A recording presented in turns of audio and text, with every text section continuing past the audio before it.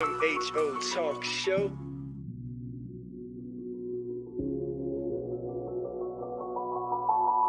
Sir Charles, Miss Max Razor. You're listening to In My Humble Opinion with Maxilia Robinson and Charles Lewis, only on 101.3 Jams.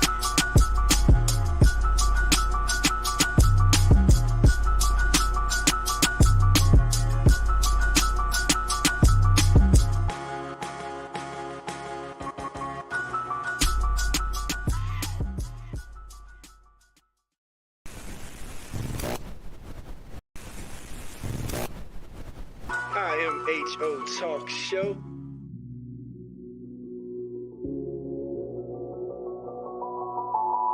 Sir Charles, Miss Max Razor.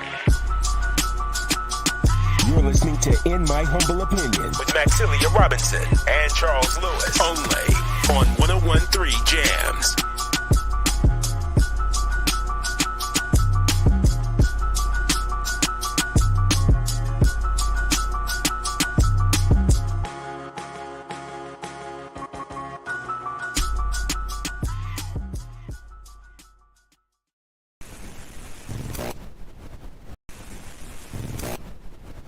IMHO Talk Show.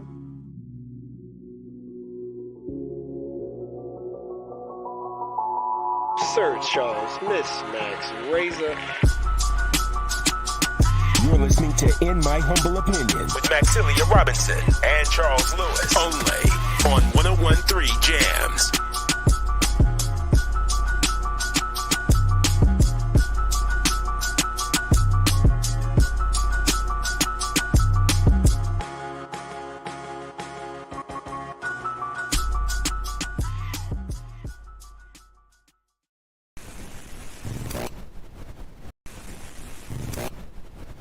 IMHO Talk Show.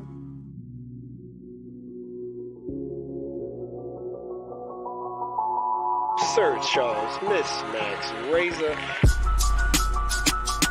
You're listening to In My Humble Opinion with Maxilia Robinson and Charles Lewis, only on 101.3 Jams.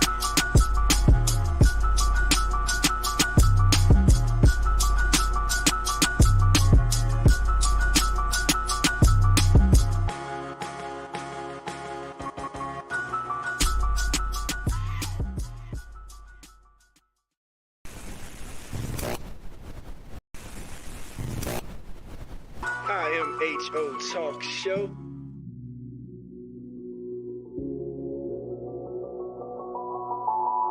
Sir Charles, Miss Max Razor.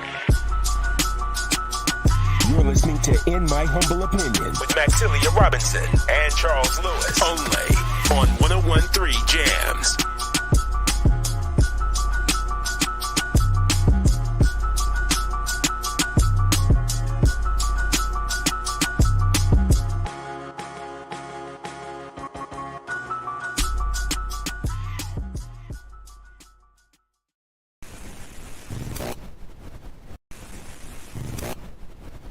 IMHO Talk Show.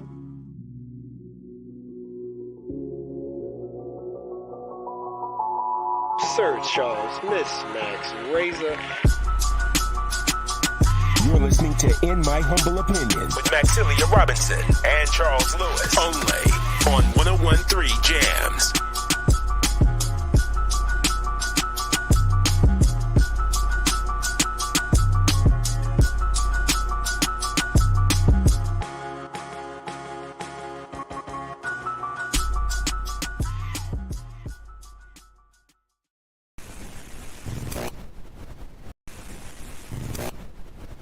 IMHO Talk Show.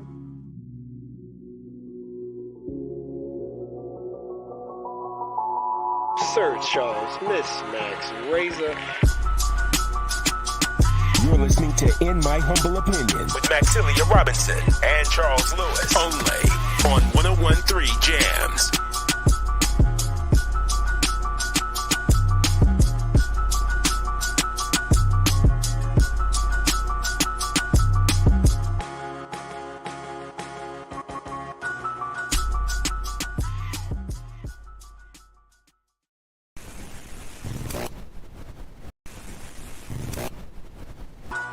IMHO Talk Show.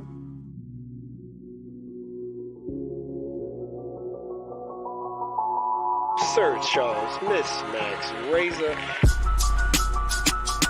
You're listening to In My Humble Opinion With Maxilia Robinson and Charles Lewis. Only on 1013 Jams.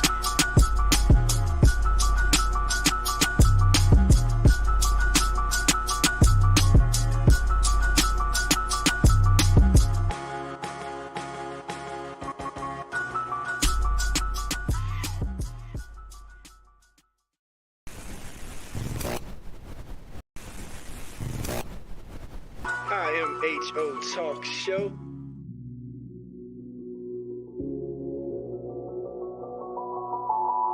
Sir Charles, Miss Max, Razor.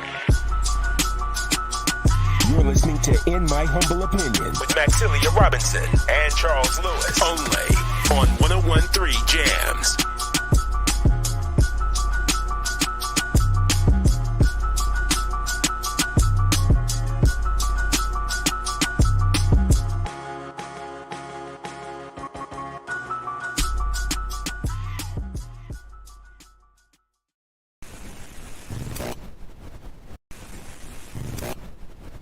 IMHO Talk Show.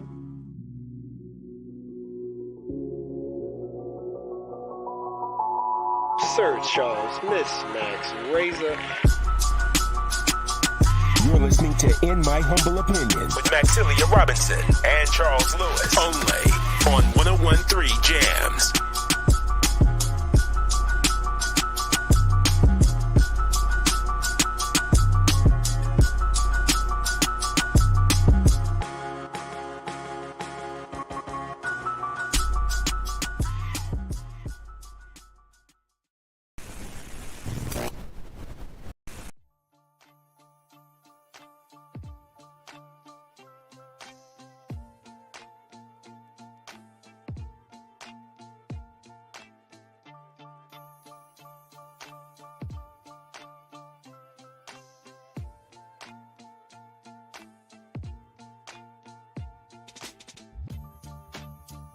We live in a society in which structural racism is a very real thing. We are all dealing with that in every aspect of our lives, and the media is a reflection of our community. Historically, black people have been portrayed a certain way in the media to justify normative assumptions around political and social issues. More black people behind the cameras, in front of the cameras, more producers, more people of color producing, so they can go and get the content that's needed so they can highlight our attributes. I've been in this industry for 15 years, and I've seen firsthand how our voices just aren't heard. Even if you're in the newsroom, sometimes you get completely ignored and stereotypes are allowed to perpetuate. And one thing we want to do is combat that and also bring information to people so they can be as informed as possible when choices are made in this city, so they can do whatever they can to get their voices heard.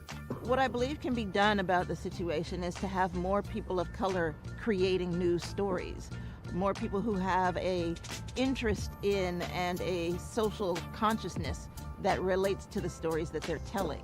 Charlottesville Tomorrow looks at these issues. We can present them on IMHO. Vinegar Hill Magazine can take that a step further, and just together we can just make this thing that can be an example of how we can change the media landscape, how we can be more inclusive to get these voices in, to get these people heard. That's just one thing that doesn't happen in so many places, and it's a shame. We think we live in a society that's very progressive, and we're talking about equity and diversity and inclusion and all of these things. Still, the way that black people, and I would say, and I would argue especially black men, are portrayed by the media is incredibly dangerous, and you've seen the sort of tangible violence that it's led to over the past year. The community can support the SIM project by first and foremost giving us an opportunity. We understand that it can be difficult to give trust right now, especially considering the current social and political environment. But this project will only be as successful as the community allows it to be. And so we ask you to give us the opportunity to do the work, critique the work, and make sure that we stay in line with the vision. Another way that the community can get behind the SIM project is through engagement. We want to hear from you. We want to know what you're talking about. We want to put your stories out there. And so whether it's reading the articles written by Charlottesville Tomorrow or Vinegar Hill Magazine, or tuning in to In My Humble Opinion on Sundays on 101.3 Jams from noon to 3 p.m., either way, we want you engaged. We want you to be part of this. The community can also support the SIM project through funding. To learn more about how to support SIM, you can visit our website. Thank you for your support.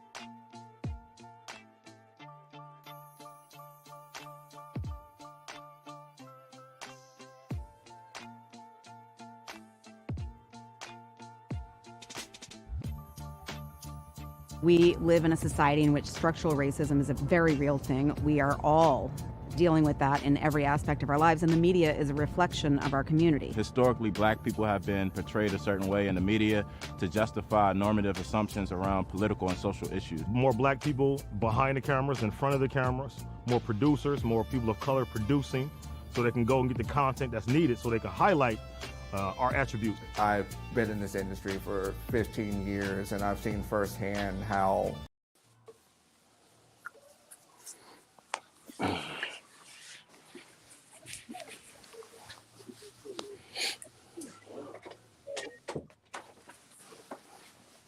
I to the ISM, H to the ISO talk show. In my humble opinion, you could be anywhere in the world, but you're here with us right about now. Sir Charles, A.A. Ron, Miss Max, Razor, the whole gang's here. The gang's here, A.A. Ron. Been a long time. We shouldn't have left you. You know it. So yeah, family, you know how to reach us. And tell a friend. During those breaks, 434-422-9101, as well as IMHO talk show online. We are streaming worldwide right now. Thank you if you're listening in the listening area. Quick attitude check. Hey, Ron. I'm doing well, and there's a brother in an igloo in Antarctica that's listening right now. Shout out to you, bro. Look, if you forgot, we have guests here. We haven't introduced y'all yet. We have guests. So that's Razor, let's behave, Razor. What about you? How are you, Razor? Hey, man, I'm glad to finally be back, man. I missed y'all. Big talk. Yeah, man. Let's see. Did we got the Queen on the line? Queen, is that you? I'm here. I don't know how good my sound is. But hold on. You see how Max came in with the little Beyonce laugh? Oh, excuse me. How y'all doing? I'm back, stitches.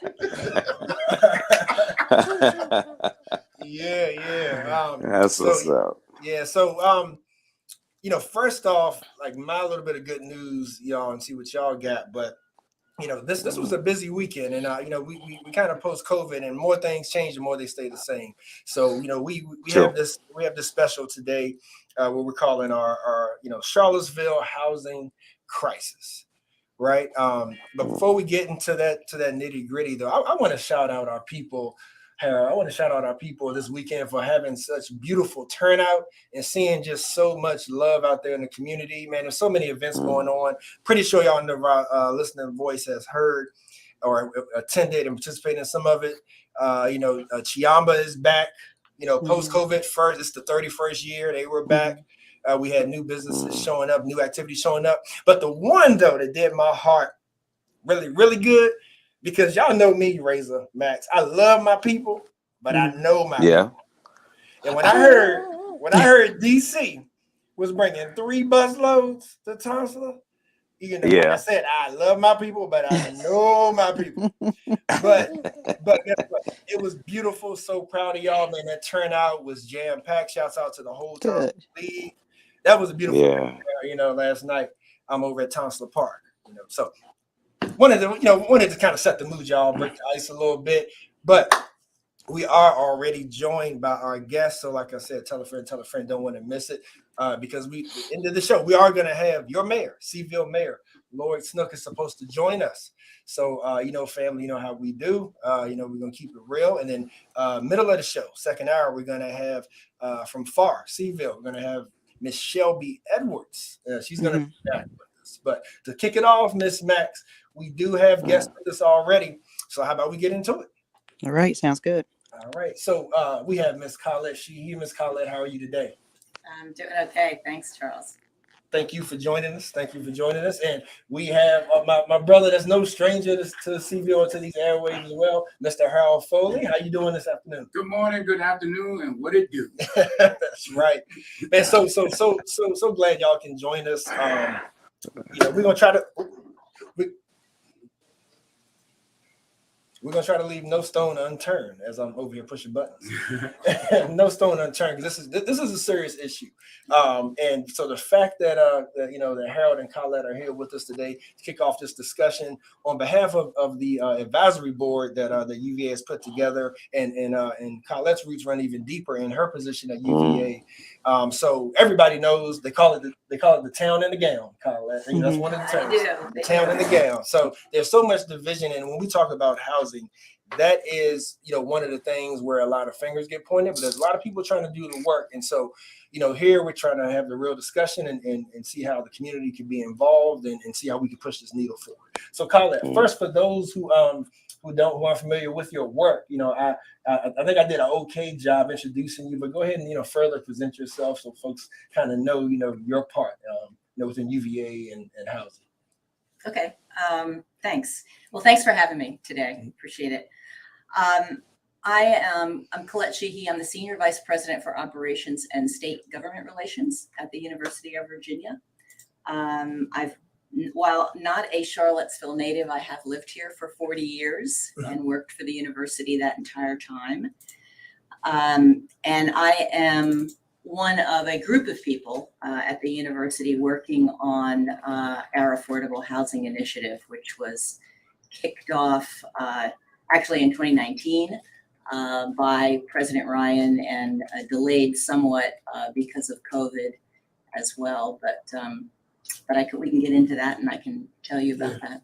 Yeah, well, thank you, and thank that team, because for better or for worse, the new leadership there, seem to be making the efforts, So and of course, the best way to make that change is for the community to hold accountable, right? Sure. Absolutely. So Harold, yes. I know most people know you, but go ahead and let them know about that advisory board, right? Because you're one of the many members that's on the UVA Affordable Housing Advisory Group, right? Yeah, so I'm on Affordable Housing Advisory Group, but I'm also on the initial working group that John Ryan came together in 2018.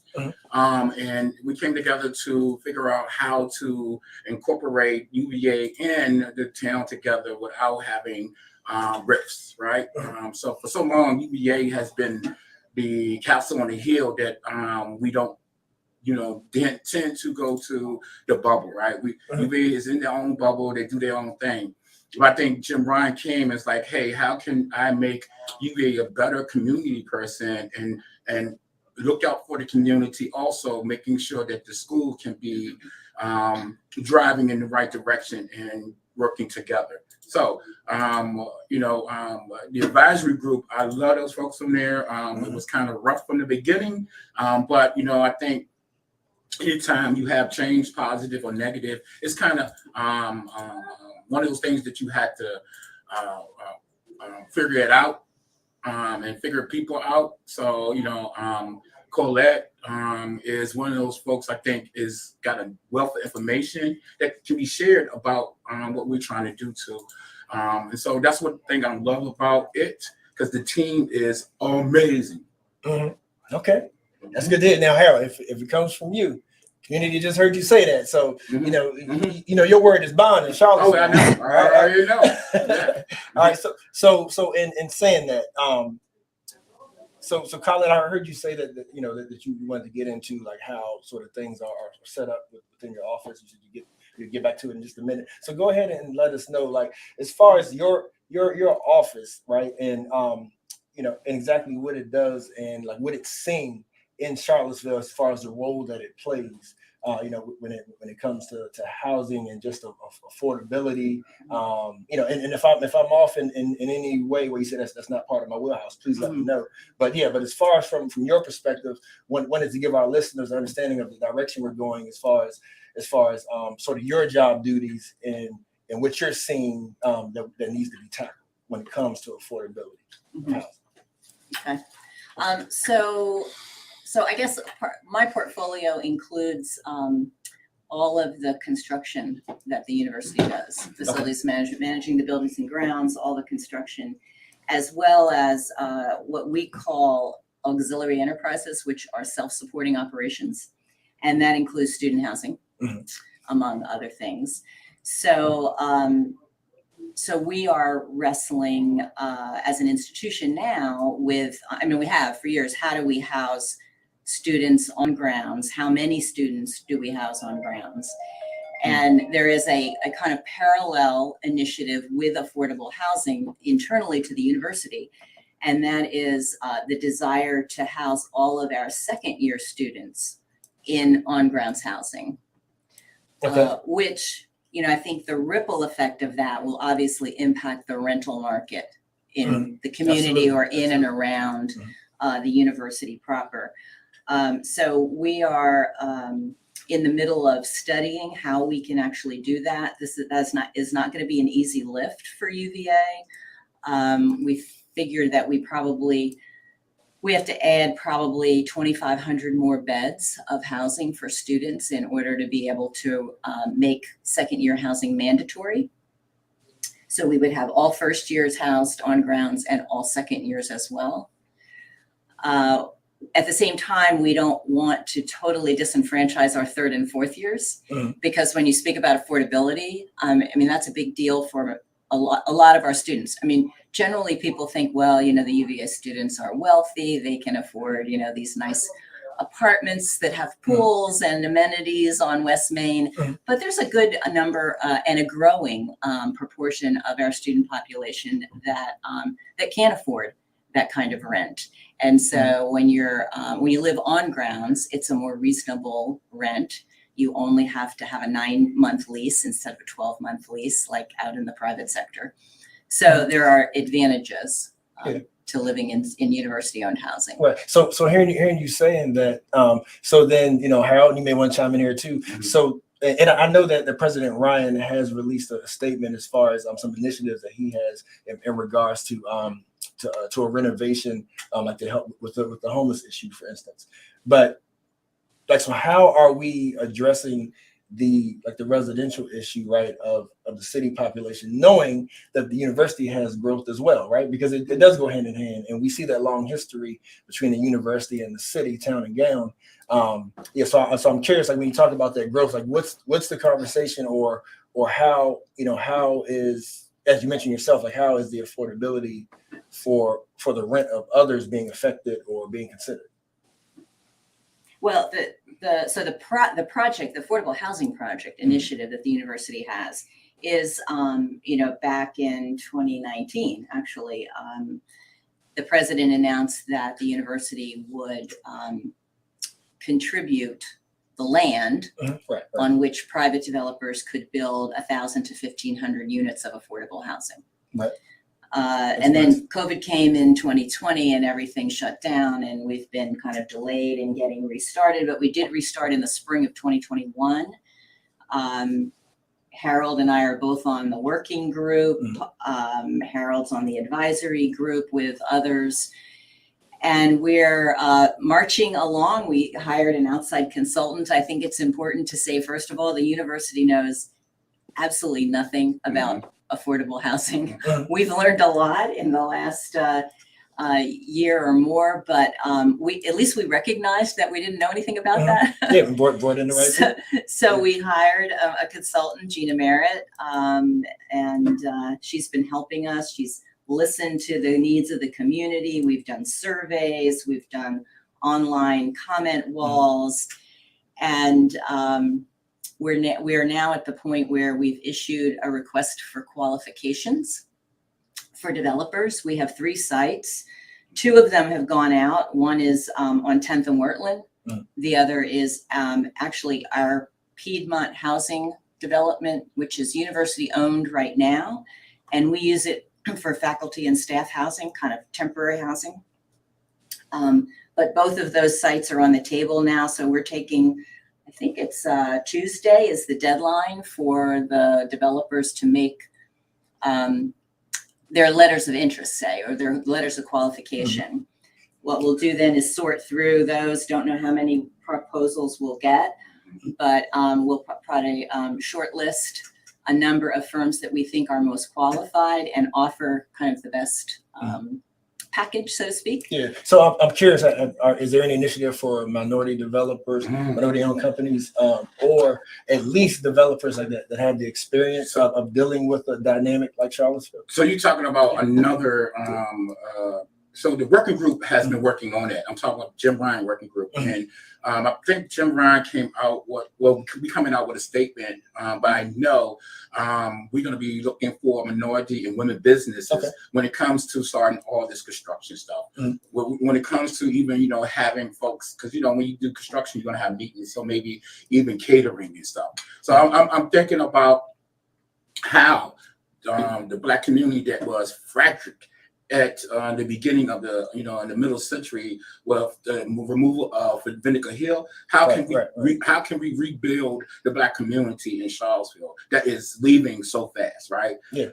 And I think with this initiative that UVA is doing, this is a great opportunity to think folks to think about even removing dirt, right? Because they're going to need people to remove dirt from these sites, right? So, if you can think about what it is all into construction and everything, folks, think about how you can start your business now, right? I'm the type of person who, when I break the ceiling, I want everybody to come up the ceiling with me, right? And so, never in the history at UVA have this ever happened, right? And so I hear a lot of people say, oh gosh, this is whatever, they ain't doing whatever, right? But if you know anything about ships, right? If you are in sea and you need to turn around, you can't turn that ship around just like that, right? Yeah. And so UVA is that ship that's trying to turn around, and we halfway there now, right? And I can say we because I believe that this can happen. But also, folks, UVA is not the problem of this affordable housing altogether, right? Right. We got to look at the city, the county, right, and the state, because everybody contributes to this BS that we have now in affordable housing. And so, Can I ask y'all a question? Yes. Can I ask y'all a question? Just going back a little bit to what the young lady had said about. I just got a question. She had mentioned that the pandemic delayed what we were doing for the affordable housing. With the construction. Did it delay the construction that was going on for the students as well? No. So when she said delayed, she was talking about the process of getting everything together. So when yes, but she also said that y'all were trying to look for what you were doing for the second and third year students. Oh, so no, that's something else. That was something else It did delay that initiative as well. Yeah. Okay. I have a comment. I'm sorry, Razor, were you finished? Yeah, Max, I'm finished because I'm gonna have to get her over before the show get over. But I'm so he playing with fire. I certainly don't want to speak for the Black population of Charlottesville at large, but I've at least heard what I might call a general consensus that everyone recognizes that there's a housing crisis in the city of Charlottesville, and a lot of the Black community feels like when you talk about the housing crisis, there are a lot of people that are put ahead of their community when it comes to figuring out a solution for that. And the program or the project that you all are talking about sounds really good on the a surface level. Obviously, it's what the city wants and needs. I think that the major concern, though, is that there's a few. The city ends up with a lot of developers who come in and find what they might refer to as loopholes in terms of implementing affordable housing into their projects. And what I mean by that is that they're required to designate so many units for affordable housing. But that begs the question of what is affordable, right?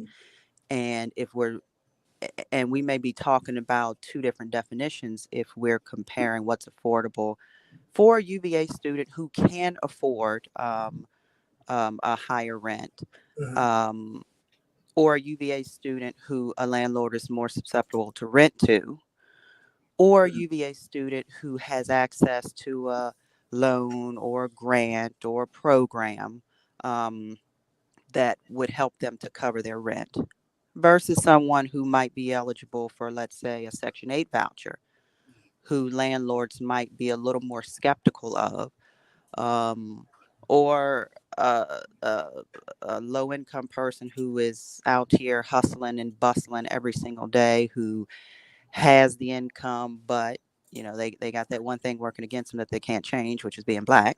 And so the landlord is even more skeptical of whether or not they're going to be a good tenant. And so I think that's the crux of the concern when it comes to the Black community is what is truly affordable to the Black community, or the low income population of the Black community. Will these landlords rent to them? Will these developments actually be for the truly low income? Will the AMI match the income rate of the truly low income population? And then how is UVA, if it recognizes and understands how student housing impacts housing for the greater Charlottesville area, if it recognizes that, then how is it teetering all of that in order to not only secure housing for the students, but also for the most vulnerable population of the city of Charlottesville? Did you take note, Harold? You got that? No, so just what I'm saying. I know Carla can clean it up, but it was written. Everything you write. Sometimes when you don't put it in writing how you want, what you want, then things do get blurred, right? But I think from the beginning we knew that there is a problem with developers coming in doing that, and so. In our RFQ, is that right? It is written that you have to be a certain way in doing your development. So Carla, can you go ahead and? Yeah, first of all, I want to make sure that the audience understands that this housing is not for UVA students. No. It's definitely not. It doesn't, not in any way. Some have also asked, well, are you going to give preference to UVA employees? And they are not going to get preferential treatment either. I mean, it's really, the housing would be open to the community, first of all, even though we have our own employees who are lower income and could use that kind of housing. Yeah. But what we did is we did not, and this is a question we get all the time, how are you defining affordability? And we specifically chose not to define it because what we are looking for, first of all, the RFQ does say we want the most affordable housing in the development as possible. But we recognize that a developer has to be able to make money too, right? I mean, we're not like Piedmont Housing that does, low income. So it's definitely going to be a mixed income range, I believe. But we really want the most creative proposals possible from these developers. And, the more affordability that's in the proposal, the more creative they can be, the more financing they bring to the table, I think will allow them to score higher in the evaluation, and hopefully we'll We'll pick somebody who can deliver all of that. Yeah. But it will not be just the low income. It will be a mix, and there is likely to be some market rate housing in it as well, because the market rate housing is what supports the lower income housing. Yeah, I know Aaron has something too. He has Can I throw in a comment really quick? So just real quick, based off of your response. So the housing will then have to be subsidized by the city or the state, and then will the units that are subsidized have a term on them? So they may be subsidized for the next 8-10 years, but after that they could go up to market rate rent, which again eliminates people being able to afford them. Right. Well, we've talked to a lot of people in the community, and that is something that we've been warned about, that we need to make the affordable housing sustainably affordable, through, in other words, what you just said is not to make the affordability expire after a certain period of time. Right. So we'll be looking for that. Are we using the AMI? Yeah. Yes. If so, 30%. We definitely using 30%. 30% of whose? Huh? Of who? 30% of who's whose? That's evaluated? almost like when y'all talk about like middle class. Like no, 30% middle class doesn't include. I'm gonna just say people of color. So if we talk about 30% as a whole, like I'm a business owner, I can write off thousands and thousands of dollars to make it look like I only make so much money. So at that point, if I fit a certain criteria, that's that loophole that I believe Max was talking about. So if y'all not using, that's things that we're not talking about. So when what I would like not to happen is that the good intentions leave people of Charlottesville can't see the forest for the trees. So they see a lot of work going on, they see a lot of meetings, but they don't see the crust of what actually can happen. Because if you tell me that I have to meet to where I'm only making X amount of dollars and I'm a business developer or a business owner, or like some of the other shows that we have that talk about purchasing land use around here, I can write off more than half of what I make to fit what needs to be fit. So if y'all don't put in that kind of criteria to keep them out, it's going to be the same old thing, just packaged a different way. Yeah, no, Risen, I totally understand it. And Colette can tell you, I am in that room saying people who make under 60,000 got to be in this space. They got to have these 60,000 making or 60,000 claimed. I said that's two anybody different make it. I'm saying anybody make 60,000 and under. So with me, I have been privileged to know that you have to, when you making that less money, you have to show how much money you making. You have to show your assets. And most people who make that less money don't have that much in bank accounts, don't have that much in access at all, right? So it's going to be easy to know who making that 30% MNI, whatever that is. AMI. Yeah, whatever the acronym is. But so I'm always in the room, excuse the French, kicking ass. Because I don't want Harold keeps us honest. That's right. Let's do it. I don't want this to be something that's going to be for the rich, right? I know, what I'm saying? I'm born and raised in Charlottesville. I see one of the areas that we are developing was where my great grandmother lived, right? And UVA has that. Believe me, I'm in the room with so much emotion. Sometimes I had to shut my camera off, right? So and I think that's the good thing about it is UVA is willing to bring in people who have lived experience to say, hey, wait a minute. You see what happened, exactly what you're saying, Richard. You see what happened with these developers and what they do. And so we are more conscious about it, right? We even got, some housing folks helping us or helped us write the RFQ who knew that you got to put in 30%, right? And I fight for it. I will fight for it to the end of my life because those are my people who are struggling. Yeah. Isn't that what Mayor Walker was trying to get through too, if I recall correctly? Because a lot of pushback at council, there's something we'll bring up with the mayor later in the show.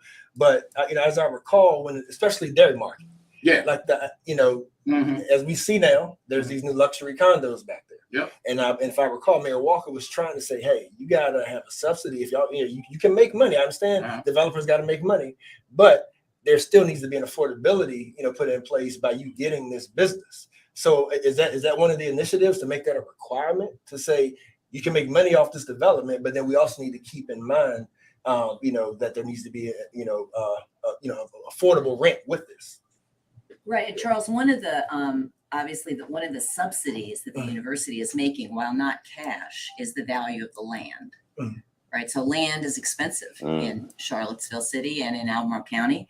And so the developer will not have to pay for the land and won't have to factor the cost of that into his financial model. Okay. Yeah. Hey, Aaron, financial. I have a, you're taking in all this information, and I have a little bit of a comment because I'm in banking, I'm a mortgage advisor. But one of the issues, and I see people talking about affordable housing all the time, and Harold had said something that struck a chord with me, and I want to put it on a broad scale, is that when we talk about this problem, the main thing, and I'm talking specifically for black people that are living in these communities, all these processes, all these meetings, all these plans are always discussed. The process of taking the land, the process of removing the people from the land, there weren't all these processes involved. It was very, very quick. Redlining was very, very quick. Removing land was very, very quick. So the frustration from the community is that it's always a process, but the process for his grandmother to be evicted and removed from that property was not this, it wasn't this long drawn out thing. And that's where the community is coming from, because this is affecting our seniors. It affects your labor market and the whole, we have to wait. We have the community. We got this. We got that. I'm in banking. I saw where they used to be able to, the government does what they want to do. Don't let people fool you. They wrote things on deeds and all of a sudden you couldn't live there. People want to know what are ways that we can really, truly improve these processes, because housing is an issue that people are living with every single day. I'm not sure people have talked about it, and everybody knows here, I'm a huge advocate for Black males. Black male homelessness is absolutely out of control. Globally, but specifically in urban markets here in the United States of America. These are issues that cannot go through processes. So I understand how when you say turn that ship, it's kind of hard. The problem is when they was getting the ship rolling, they ain't wait that long. Yeah, but see, this is the thing. This where sometimes I get frustrated with people, right? I'm gonna be honest with you. We can talk about this stuff that was trying up together. We try to unravel that stuff so we can have a better place, right? And sometimes when you unravel it, you know, it's like taking the layers of an onion. Gosh, it's another funky part, right? And so, I just want to say something. No, I got you. Yeah, I got you. Yes. But what I think people don't understand, it is a process to unravel what the government and state did over those years, right? And what I'm trying to do is, I'm not trying to come here to say we're going to have this perfect thing. UVA itself cannot solve the housing problem, right? What I'm saying is there is different entities that can solve it all together, right? That's what I'm want to move to, and I don't want to keep talking about. I just want to move forward. No, and I think that you're misconstruing what I'm saying. What I'm saying is that I understand the processes. The problem is there, and you know where I'm coming from. There's a level of seriousness from the people that are involved in making these decisions to where everybody, even the layman's person, knows how serious we are. So I know you're sitting in those rooms. Harold, you know for a fact, we don't need another meeting about this. This is a decision that can be made. We don't need another committee about this. There's a level, all I'm saying, I understand that. But for the grandmothers and the people that are living in some of these substandard housing that are getting affected by environmental conditions, they don't have time for a process. Can we hear from Paulette? But I'm just, if Paulette is here, and I'm not attacking anybody. What I'm saying is that it's good to see tangible things moving forward, but the community wants to see that things are serious. And it's hard for them, from our perspective, to get a gauge on how serious it is because they've heard this rhetoric before. And I think that's something that has to be taken into consideration, not just by you guys from the board, but from the planners, the contract, everybody. Like, listen, we have to feel that this is a priority because we, as Black people, it is never a tangible benefit. It's always a thought about benefit. It's always a this or that, but it's never something tangible that we can feel. Does that make sense? It makes a whole lot of sense because I'm Black. I understand that, right?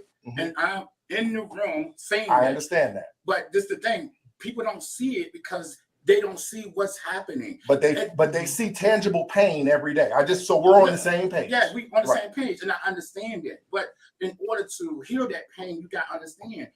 So I know we've been in this real messed up era, right? And in the 40s, they came with the housing thing that really destroyed everything, right? They created suburbs for white folks and then say, we're going to think about whatever, right?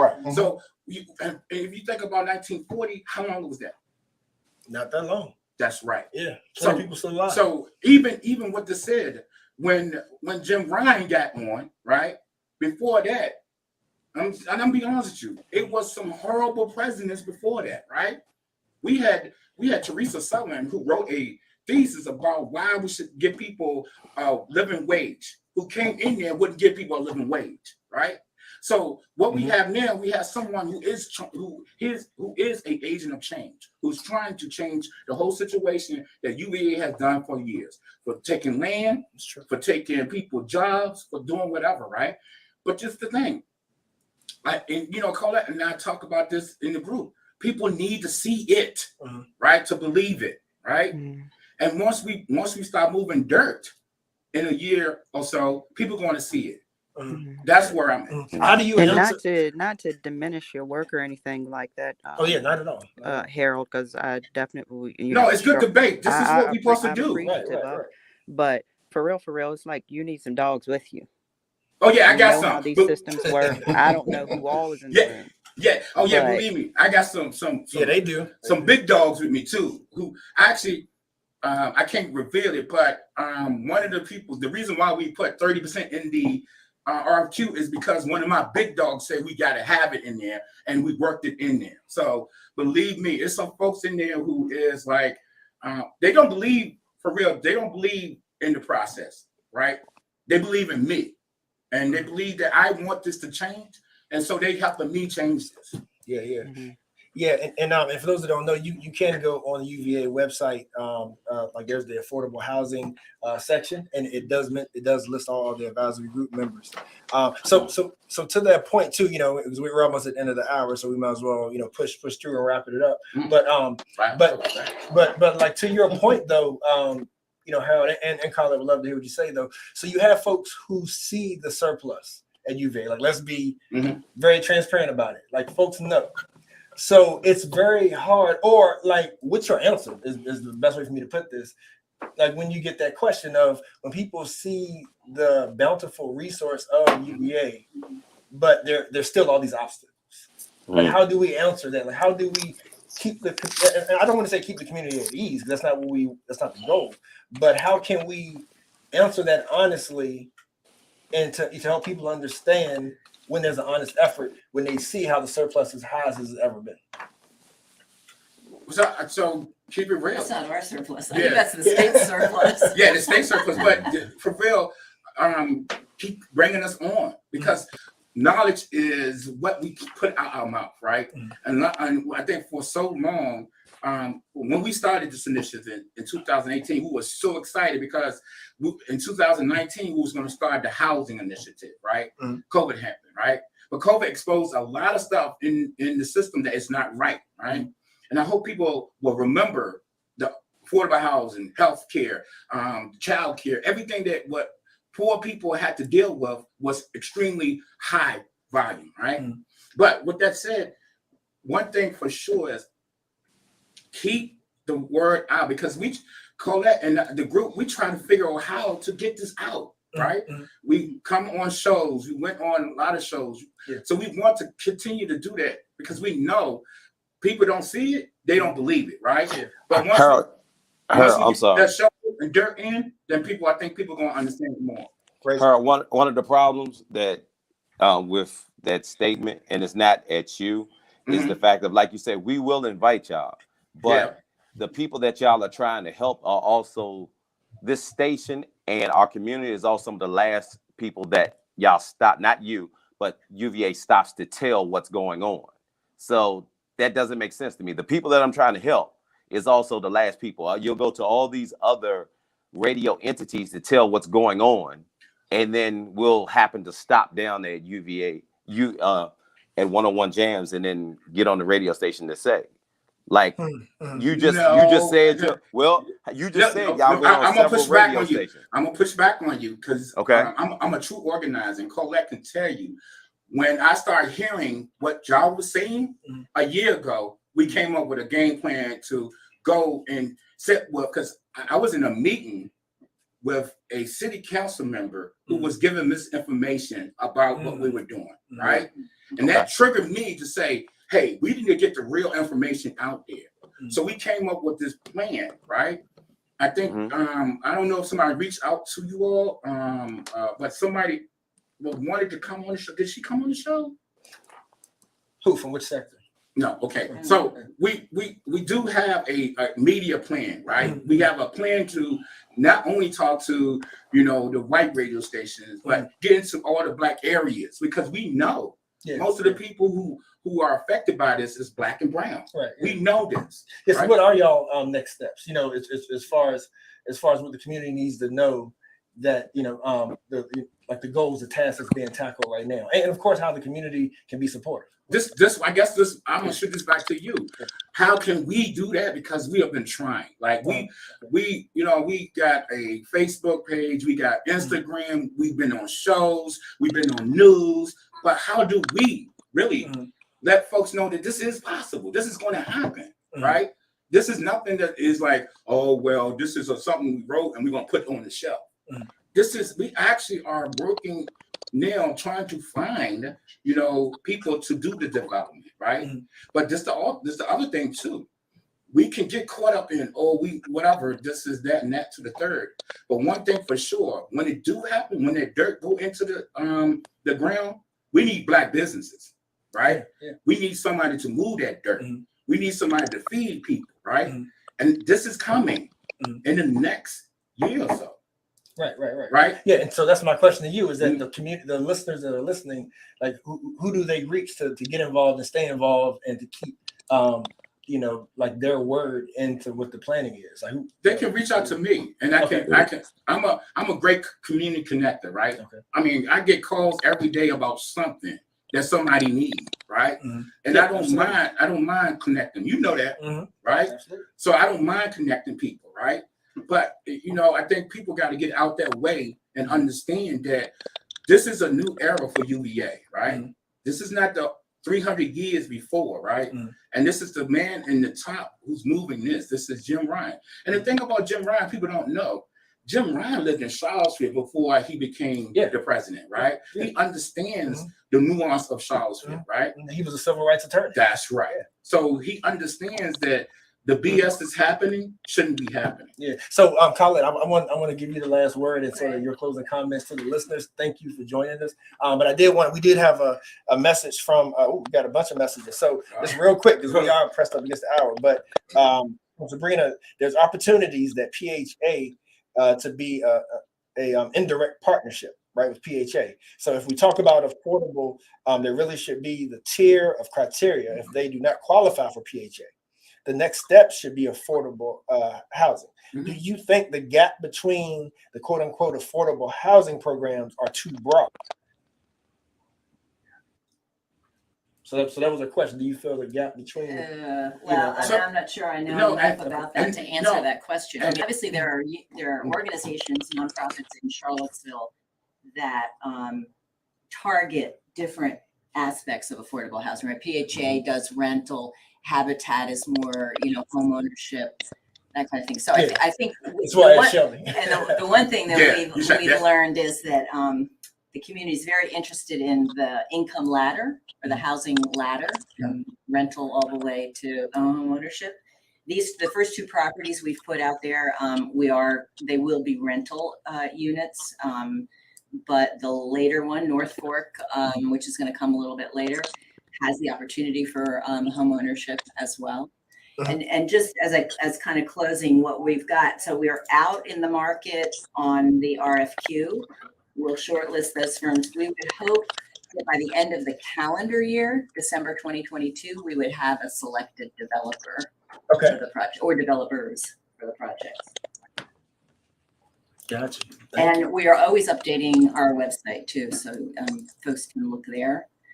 And then in terms of community engagement, part of what the developer's responsibility will be is to do a very robust process of community engagement once they have once they're on the site and developing the plan for that site. Yeah, someone just made that comment online too, as far as to make sure that you are in the communities, right? Like some of the maybe the meetings or the outreach actually go into the community, sparking that conversation as well. And of course, this is one platform for you. We definitely appreciate y'all being here. It's real conversation. Hopefully a lot of questions were answered. Then a lot of folks didn't even know that there was a specific affordable housing initiative that UVA had undertaken. So, so definitely applaud that. Now we just got to keep it moving forward. That's right. And like I said, y'all go to that website because Harold is not alone when it comes to those who are respected and trusted within the community. So as he said, send your ideas, stay in communication with them. So Max, Razor, Aaron, anything else in closing? No, that's it from me. I appreciate your time. Thanks for coming on and talking to us. Hope to have you back as the project progresses. No, I appreciate the dialogue. And like I said, it's a team effort. And like I said, we just want everybody, and we know that you guys in here are going to take this serious, and we're definitely going to continue to hold you guys to the fire to fight for the right initiatives. Yeah, definitely want to thank y'all for coming on here. It's just one of those things that when you see something that resembles the pain and trauma that you've been going through for so long, you're not going to wait till somebody keeps stepping on your foot. So that's all we're doing here at IMHO, is making sure that people understand that we don't want any smoke and mirrors. If the dirt needs to be moved, move the dirt. And I'm going to say this, I'm honored to be here with y'all, and I thank y'all so much, and I appreciate what y'all do, getting the voice out to the community. So peace and love. Thank you. Yeah, thanks for having me. Look forward to continuing talking to you.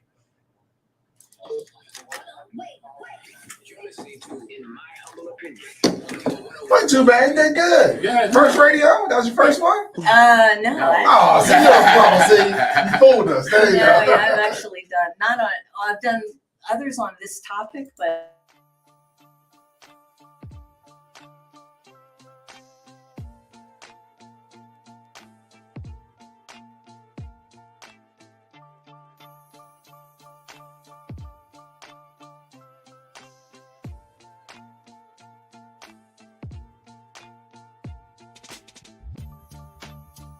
we live in a society in which structural racism is a very real thing. We are all dealing with that in every aspect of our lives, and the media is a reflection of our community. Historically, Black people have been portrayed a certain way in the media to justify normative assumptions around political and social issues. More Black people behind the cameras, in front of the cameras, more producers, more people of color producing, so they can go and get the content that's needed so they can highlight our attributes. I've been in this industry for 15 years, and I've seen firsthand how our voices just aren't heard. Even if you're in the newsroom, sometimes you get completely ignored and stereotypes are allowed to perpetuate. And one thing we want to do is combat that, and also bring information to people so they can be as informed as possible when choices are made in this city, so they can do whatever they can to get their voices heard.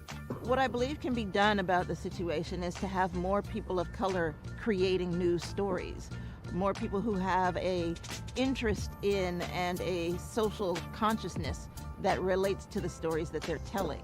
Charlottesville Tomorrow looks at these issues. We can present them on IMHO. Vinegar Hill Magazine can take that a step further, and just together we can just make this thing that can be an example of how we can change the media landscape, how we can be more inclusive to get these voices in, to get these people heard. That's just one thing that doesn't happen in so many places, and it's a shame. We think we live in a society that's very progressive, and we're talking about equity and diversity and inclusion and all these things. Still, the way that black people, and I would say, and I would argue, especially black men, are portrayed by the media is incredibly dangerous, and you've seen the sort of tangible violence that it's led to over the past year. The community can support the SIM project by first and foremost giving us an opportunity. We understand that it can be difficult to give trust right now, especially considering the current social and political environment. But this project will only be as successful as the community allows it to be. And so we ask you to give us the opportunity to do the work, critique the work, and make sure that we stay aligned with the vision. Another way that the community can get behind the SIM project is through engagement. We want to hear from you. We want to know what you're talking about. We want to put your stories out there. And so whether it's reading the articles written by Charlottesville Tomorrow or Vinegar Hill Magazine, or tuning in to In My Humble Opinion on Sundays on 101.3 Jams from noon to 3 p.m., either way, we want you engaged. We want you to be part of this. The community can also support the SIM project through funding. To learn more about how to support SIM, you can visit our website. Thank you for your support.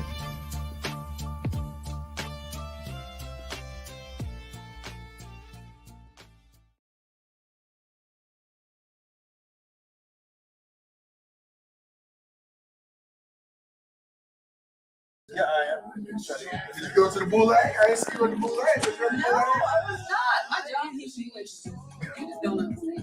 They put me. IMHO Talk Show.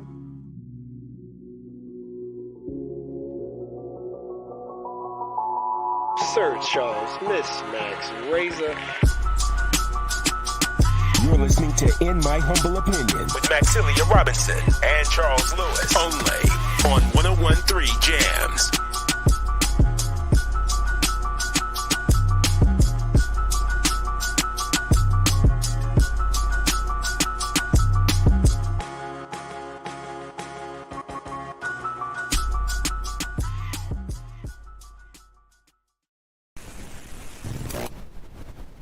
Yeah, Colin. Charles, I'll sit right here. Oh, move down here. Yep, yes, you'll be at that mic. Yeah. And then I'll touch it. I guess you and Razor, you and I still. Yeah, I'm good. So, Razor, you doing virtual? You standing here? I stand here. Okay. What's her job? Do you need me to? She's the far. You need me to cut mine off? Is it messing up bandwidth? Oh, okay. You mean is it messing with your bandwidth? It's not messing with bandwidth, but I mean, if you're not on, they can turn it off. Okay.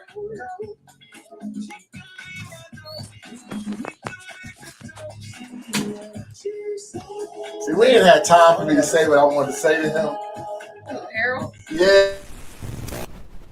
IMHO Talk Show.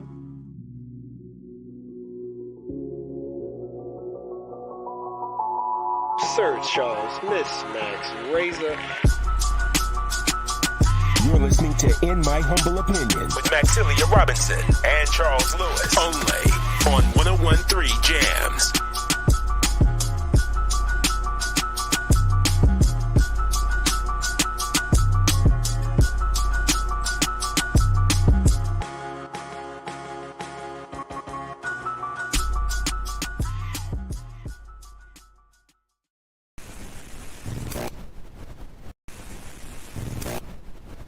IMHO Talk Show.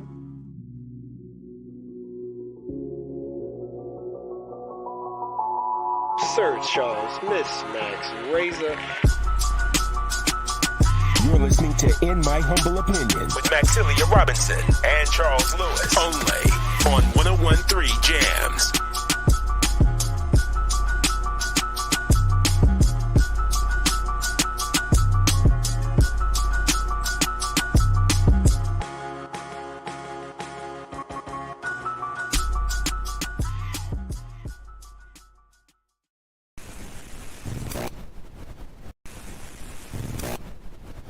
IMHO Talk Show.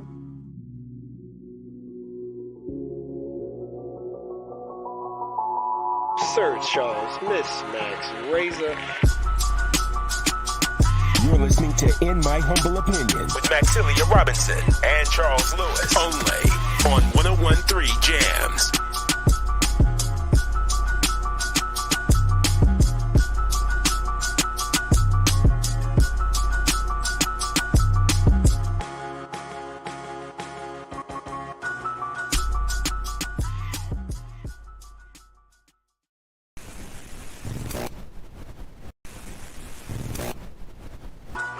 IMHO Talk Show.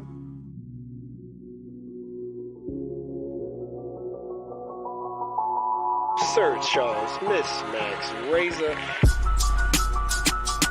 You're listening to In My Humble Opinion with Maxilia Robinson and Charles Lewis. Only on 101.3 Jams.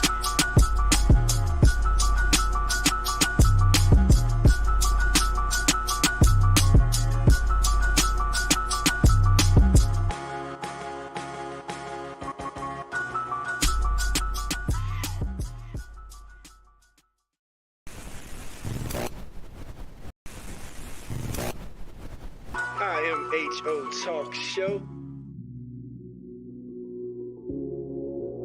Opinion. Only on 101.3 Jams. IMHO Talk Show. Sir Charles, Miss Max Razor, AA Ron, and the booth in the building. How you doing, Miss Max? I think she there somewhere with us. She don't like you. Razor, how you doing? Yeah, I'm good. Are you here? You see what he just did? Hey, come on, man. Hey, man. Who was that Rocky? Hey, Ron, ready for the second hour? Jim. Shelby, I'm sorry.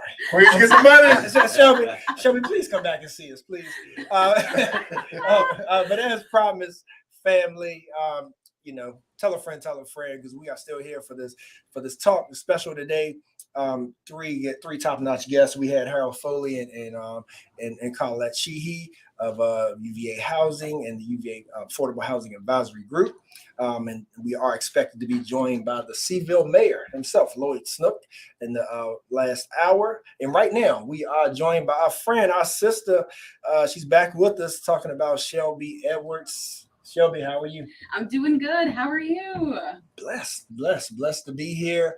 Hopefully we can be a blessing to our people continually. So proud of your work. So as we said, there is a housing crisis going on right now. But there's so many facets to it, right? Like when we look at the, like the income gaps and disparities that play a part, we see how the university plays a part. There's so many folks from different backgrounds need to be taken care of. But for those that aren't aware, let the folks know about your work over at FAR and, like sort of what your mission is right now. Of course. So my name is Shelby. My pronouns are she, her, and hers. I'm the executive director of the Charlottesville Public Housing Association of Residents, also known as FAR. That's right. FAR's mission is to educate and empower low-income residents in the city of Charlottesville. And we do that in 4 main ways. The first one is our FAR internship program. It's a paid civic engagement opportunity. The second is a resident-led housing redevelopment, which I'm sure we're going to get into later in this conversation. We also have community organizing, which is our bread and butter. It's making sure that the people being affected are playing a role in the solutions we come up with. And then the fourth aspect is called Residents for Respectful Research, also known as R3. And that's one of the newer aspects of FAR. But pretty much when larger organizations like UVA come into the neighborhood, we want to make sure we have residents that are trained to be able to have dialogue about, like, is this effective? Does this impact my community in a positive way? Things like that. So that's a quick summation of what FAR is and the programs we have. Got you. Nice. Well, if you don't mind, and to kick it off as a little icebreaker, we had a listener or a viewer that asked a question during the first hour. And then everybody in the room was like, that's the question for Shelby. Oh my goodness. Is it? Okay. What's the question about? So what Sabrina's asked online, well, she heard our conversation about the affordable housing, and she actually mentioned PHA, but she said there's opportunities that PHA could be an indirect partner, right? But she said when we talk about affordable, there really should be tiers, right, and criteria for the people who do not qualify for PHA guidelines. So she's saying that the next step should be for affordable housing. Do you think that there's a difference, that there's a gap between the quote unquote affordable housing programs? Is it too broad? She gave an example. She said some they make too much to qualify, PHA, but not enough to apply for housing. It's very similar for the middle class that don't get any help, but can't afford anything in the middle. I know that was a lot. Any thoughts on that? Oh, I have lots of thoughts on There that. you go. Icebreaker. Let's get it. So my main, I'm not even going to say issue, but I'm going to say the number one opportunity in Charlottesville is about defining affordability. And that is something that we have not done in a way that we need to. And so for me, affordable means that the people that I serve are able to afford it, which that means for someone, if you're not bringing in a lot of money, that means you can afford to stay there. That means if you're only bringing in $1,800 a month, you can afford to live. But there are some places in Charlottesville where it costs $1,800 to stay for a 1-bedroom or a studio. Facts. And I think that until we focus on improving the amount of housing stock for people between 0 to 30% of the AMI, which let me go on a quick tangent. Please. So for those of you listening who are not necessarily familiar with a lot of the lingo, you might hear the phrase AMI, which that stands for area median income. And that is how a lot of HUD programs try and define what affordable housing means. But if you look at the amount of housing stock or like the amount of different opportunities where people can live, there is not that many for people who are deeply low income, which is why FAR's mission really does focus on people who are between 0 to 30% of the AMI, 0 to 50% folks who are in that lower range. Gotcha. Thank you for that information. So, so when you look at your work at FAR in particular, and when you look at how like the role that the city plays, because one of the questions that came in is that like there's different agencies that the city has that seem to be working together, and of course they get funding from the city, right?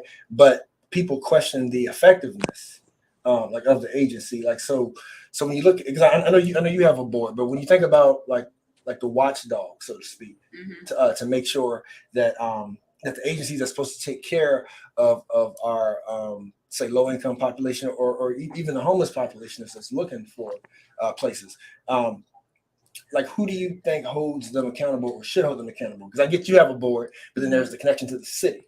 So when you put that dynamic together, how do you feel that's working? Where's the accountability?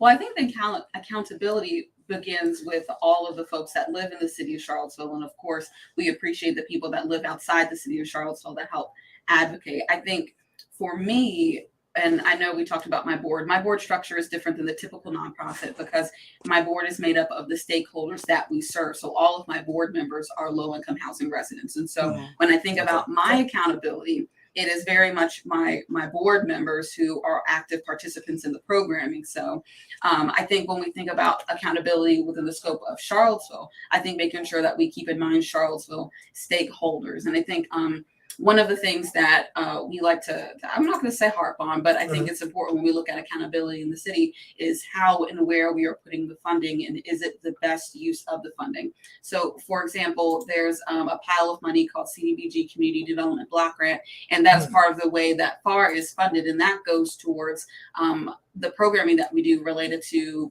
resident-led housing redevelopment, for example. And so I think making sure that the city is very specific and intentional about the funding that it gives out. And further than that, the impact that is done is really, really huge. Can I ask a question real quick? Did it. When it comes to the programs that are in the city, you just touched on something for whatever reason I thought about this.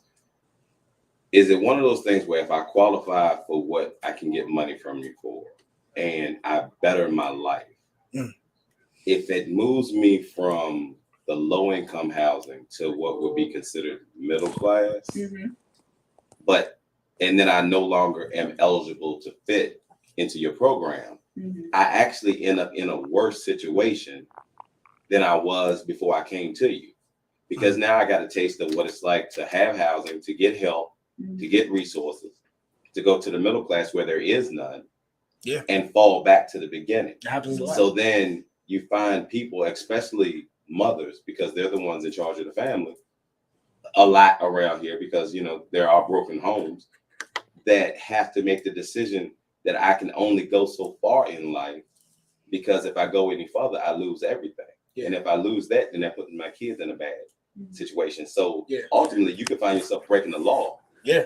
Just so you can take a piece of the pie that you claim is for me that's going to end up hurting me if I take advantage of it the right way. But nobody is trying to develop any type of programs that say, okay, if you can come into housing like a lot of the lack of a better word, foreigners do, and utilize it the way it's supposed to be, to where you can then go get a house and go get other things. There are programs that say, okay, now since you did this, I'll graduate you over to this program. But if you do that, you lose everything.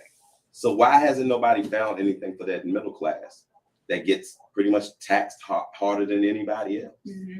There is so much to unpack there. Oh my I'm goodness. sorry. I think no, it's not a bad thing at all. I think, well, one thing that I touched on earlier, improving the housing stock in Charlottesville is so important because that will take the quote unquote pressure off of needing to be able to scramble to find housing. Because in theory, if there were a lot more apartments that cost $800 a month, that would be able to accommodate more people. If we have more apartments that were $300 a month, there aren't that many, but that would be able to accommodate even more people, and that would take the pressure off because living expenses takes up most of my budget. That's all I can say. Takes up most of my budget. So I think that's one thing. I think another aspect is looking about how we view poverty and public housing in general. Because I know some of my residents, they want to stay in public housing until the end of their days because that's their home, that's where they want to stay. And I think that looking at how making sure that public housing serves the purpose of whomever lives in there, if that makes sense. Yeah, but does a $300, $800 apartment look like a $300, $800 apartment in today's day and age? What's that mean? Well, this is the thing. If I tell you, man, look, I got a place for you to stay, $300, I'm automatically going to think that it's crime impoverished, roaches are everywhere, just because of the way society is now. Unless you tell me, okay, well, we're going to subsidize your rent so that it ends up at $300. So like, because at my mom's place, they got an acre of land, 3-bedroom house, ain't but $700. But you come to a place like City of Charlottesville, that same amount, I mean, it's a place that a lot of people are going to feel like they don't want to live there because something's going to be wrong. So that's what I mean by, is it looking like a $300 place? Is it looking like an $800 place because stuff is so expensive nowadays? I think it really depends. And that's why I know all of y'all to a certain extent are following the housing redevelopment efforts that are going on. And I really think that once those are done, we'll be able to shift the narrative around what it means to have that $300 or $800 apartment. So over at South First Street, there was a tour of the inside I did the other day, and they the new places. Beautiful. Yeah, the new places. And those will have deeply affordable subsidies. Same with Crescent Halls. That has been a long journey that I'm not going to go on today's radio. But at the end of that very long process, we're going to have deeply affordable apartments that are in that range or even lower for people who have less income than that to be able to afford, that are going to look beautiful. It's really going to change the narrative about what affordable housing looks like. And more than anything, like making sure that we, and I believe this, and I will say this radically so, that we give our lowest income residents the same quality of housing that higher income people have. Absolutely. Because we all deserve to have a place that is safe, a place that is affordable, and a place that we can sleep. Yeah. If I could jump in here, if that's okay. So, hey, Shelby. Hey, girl. How you doing? Y'all need us to leave the room. I know. I told you, Max on her B5 this week. She beat out. So, got some questions and comments and whatnot for you. I think that most everyone at some point has heard you address the leadership of the city and talk about housing stability and understanding that everyone understands the significance of it. But you need them to care in a different way. And so you may have touched on certain aspects of the answer to this question in your earlier responses, but I'm hoping that you can get really granular, because oftentimes what at least some people believe is that there's a request, but then the person that's making the request doesn't offer many recommendations or suggestions as to how to accomplish what they want, especially when you're trying to engage them in that process. And so I'm hoping that you can get really granular when you talk about, I need you to care in a different way. What is it that you specifically need from the leadership in Charlottesville at large, in order to move the needle on the affordable housing crisis here in Charlottesville? I think the first thing that comes to my mind is holding developers accountable. And when Yes. I say developers, I mean the people with a lot of money that can afford to build huge apartment complexes and somehow not build affordable housing to go with it. And when I say affordable, again, I want to say deeply affordable housing.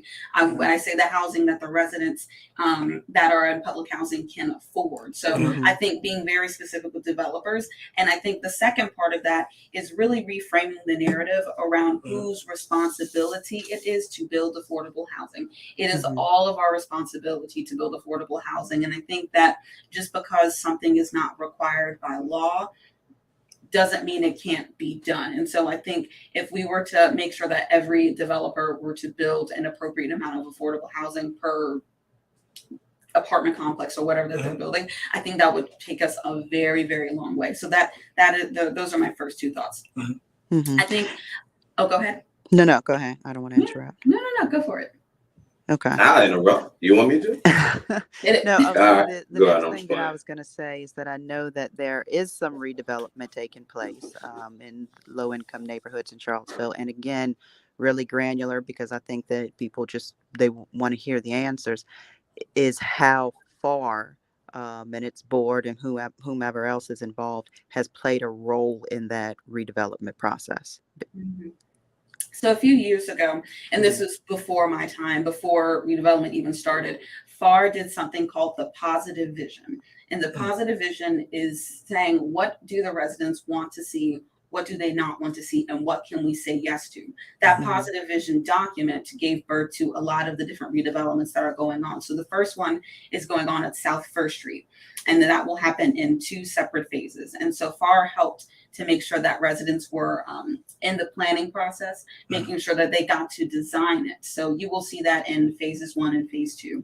There's a similar process going on over at Crescent Halls. So the residents over at Crescent Halls were able to plan like, hey, I like that cabin, or hey, that doesn't make sense. I mean, last Friday, FAR, along with CRHA, the Charlottesville Redevelopment Housing Authority, hosted a meeting, and the residents were able to say, this is how we feel about that washer dryer, or this is what we want this to look like. So that, in essence, we are changing that power dynamic, because we know in the 60s and 70s that urban renewal was real, and the power was taken away from the residents by the city. And so now what we're encouraging the city to do, and what they are doing, is giving the power back to the residents by making sure that they are in the driver's seat of redevelopment. Charles, can we play devil's advocate? You and I for a second? Always. Or have mercy. Yeah, all right, it's that time. I'm getting the rust off. Okay, let me get my last thought. I want to know who the devil. No, wait. Let me get my last thought in before devil's advocate. The other thing I want to share is that some developers have also shared with me why the residents planning this. And I think that we need to realize that everybody has their own level of expertise. Who knows better what to build over at West Haven, the West Haven residents? Same with 6th Street, same with South First Street and Crescent Halls. All right, let's you ready? Advocate. Okay. Okay. Does it matter for the people that you're helping that are in low income housing, right? There are people who had everything stripped away from them and they never had a leg up to, so they need affordable housing. There's also people who have made decisions in their lives that made it so that they can't make money, that put them in that bracket. You don't decide that you help everybody, but as a developer, if I was to say, why should I have to build that amount of affordable housing? Some of those people made decisions that made it so that they can't afford more, or they, you might abuse drugs. It's a whole bunch of reasons why. So when they look at the number, I think that when I talked to a developer one time, he alluded to the fact that he didn't mind building affordable housing, but the amount that, say, Mayor Walker may have said, this is what you need to give, they were like, no, I don't want to give that much, because some of those people put themselves there. Some people didn't have any choice and got put there, and others put themselves there. So why should I have to build the amount that y'all are telling me to build when some of those people made choices? So for me, and I feel comfortable saying this so far, we believe that housing is a human right, regardless of what you did to get there. Gotcha. And so I'm a firm believer that, yes, you might have abused drugs, or yes, you might have quote unquote put yourself in the situation, but I do believe you are deserving of a place to sleep every day at night. So that is one. And I think I touched on this earlier, but someone described this work as philanthropic housing. And I think that tries to put the onus on someone else. We're like, you didn't make that decision, so now you go deal with it. I think a lot of us are born into privilege, and we have to use that privilege to help somebody out because we don't know the ins and outs of why people make the decisions that they do. Yeah, especially when you don't know what they had to choose from. Exactly. Yeah. So if y'all don't mind, this is a great conversation. Let's go ahead and take a break, so we can pay these bills. But yeah, and I'm just also going to give y'all a chance. If you have any questions or comments, hit us during the break, 434-422-9101. And we are streaming, broadcasting worldwide, IMHO Talk Show online. Y'all stay tuned. We'll be right back with Forrest Shelby. Straight ass. Good question. Oh my goodness. My dad texted me. He said, "You didn't tell me about the interview." Yeah, but he listening though. IMHO Talk Show.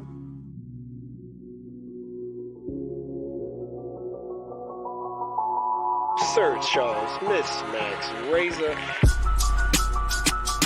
You're listening to In My Humble Opinion with Maxilia Robinson and Charles Lewis, only on 101.3 Jams.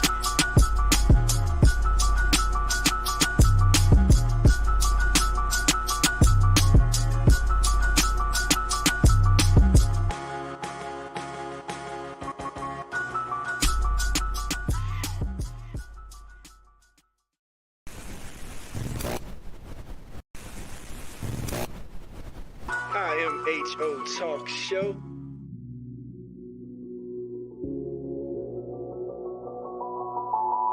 Sir Charles, Miss Max, Razor. You're listening to In My Humble Opinion with Maxilia Robinson and Charles Lewis, only on 101.3 Jams.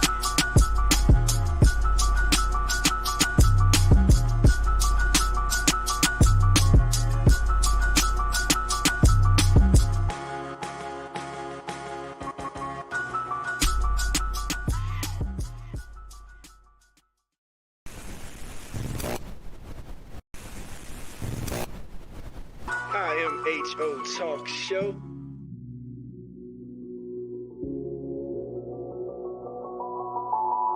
Sir Charles, Miss Max, Razor.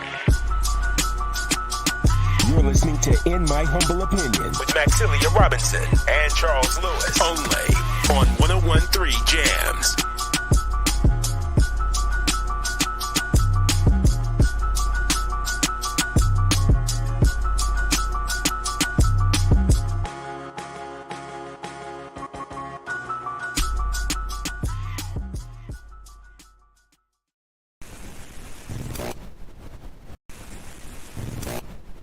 IMHO Talk Show.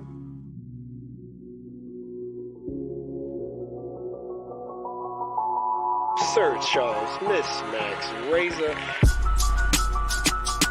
You're listening to In My Humble Opinion with Maxilia Robinson and Charles Lewis, only on 101.3 Jams.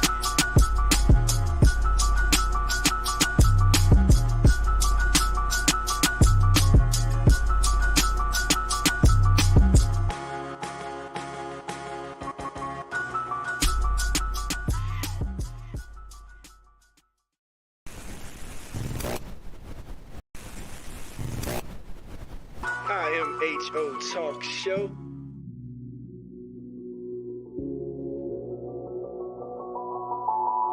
Sir Charles, Miss Max, Razor. You're listening to In My Humble Opinion with Maxilia Robinson and Charles Lewis, only on 101.3 Jams.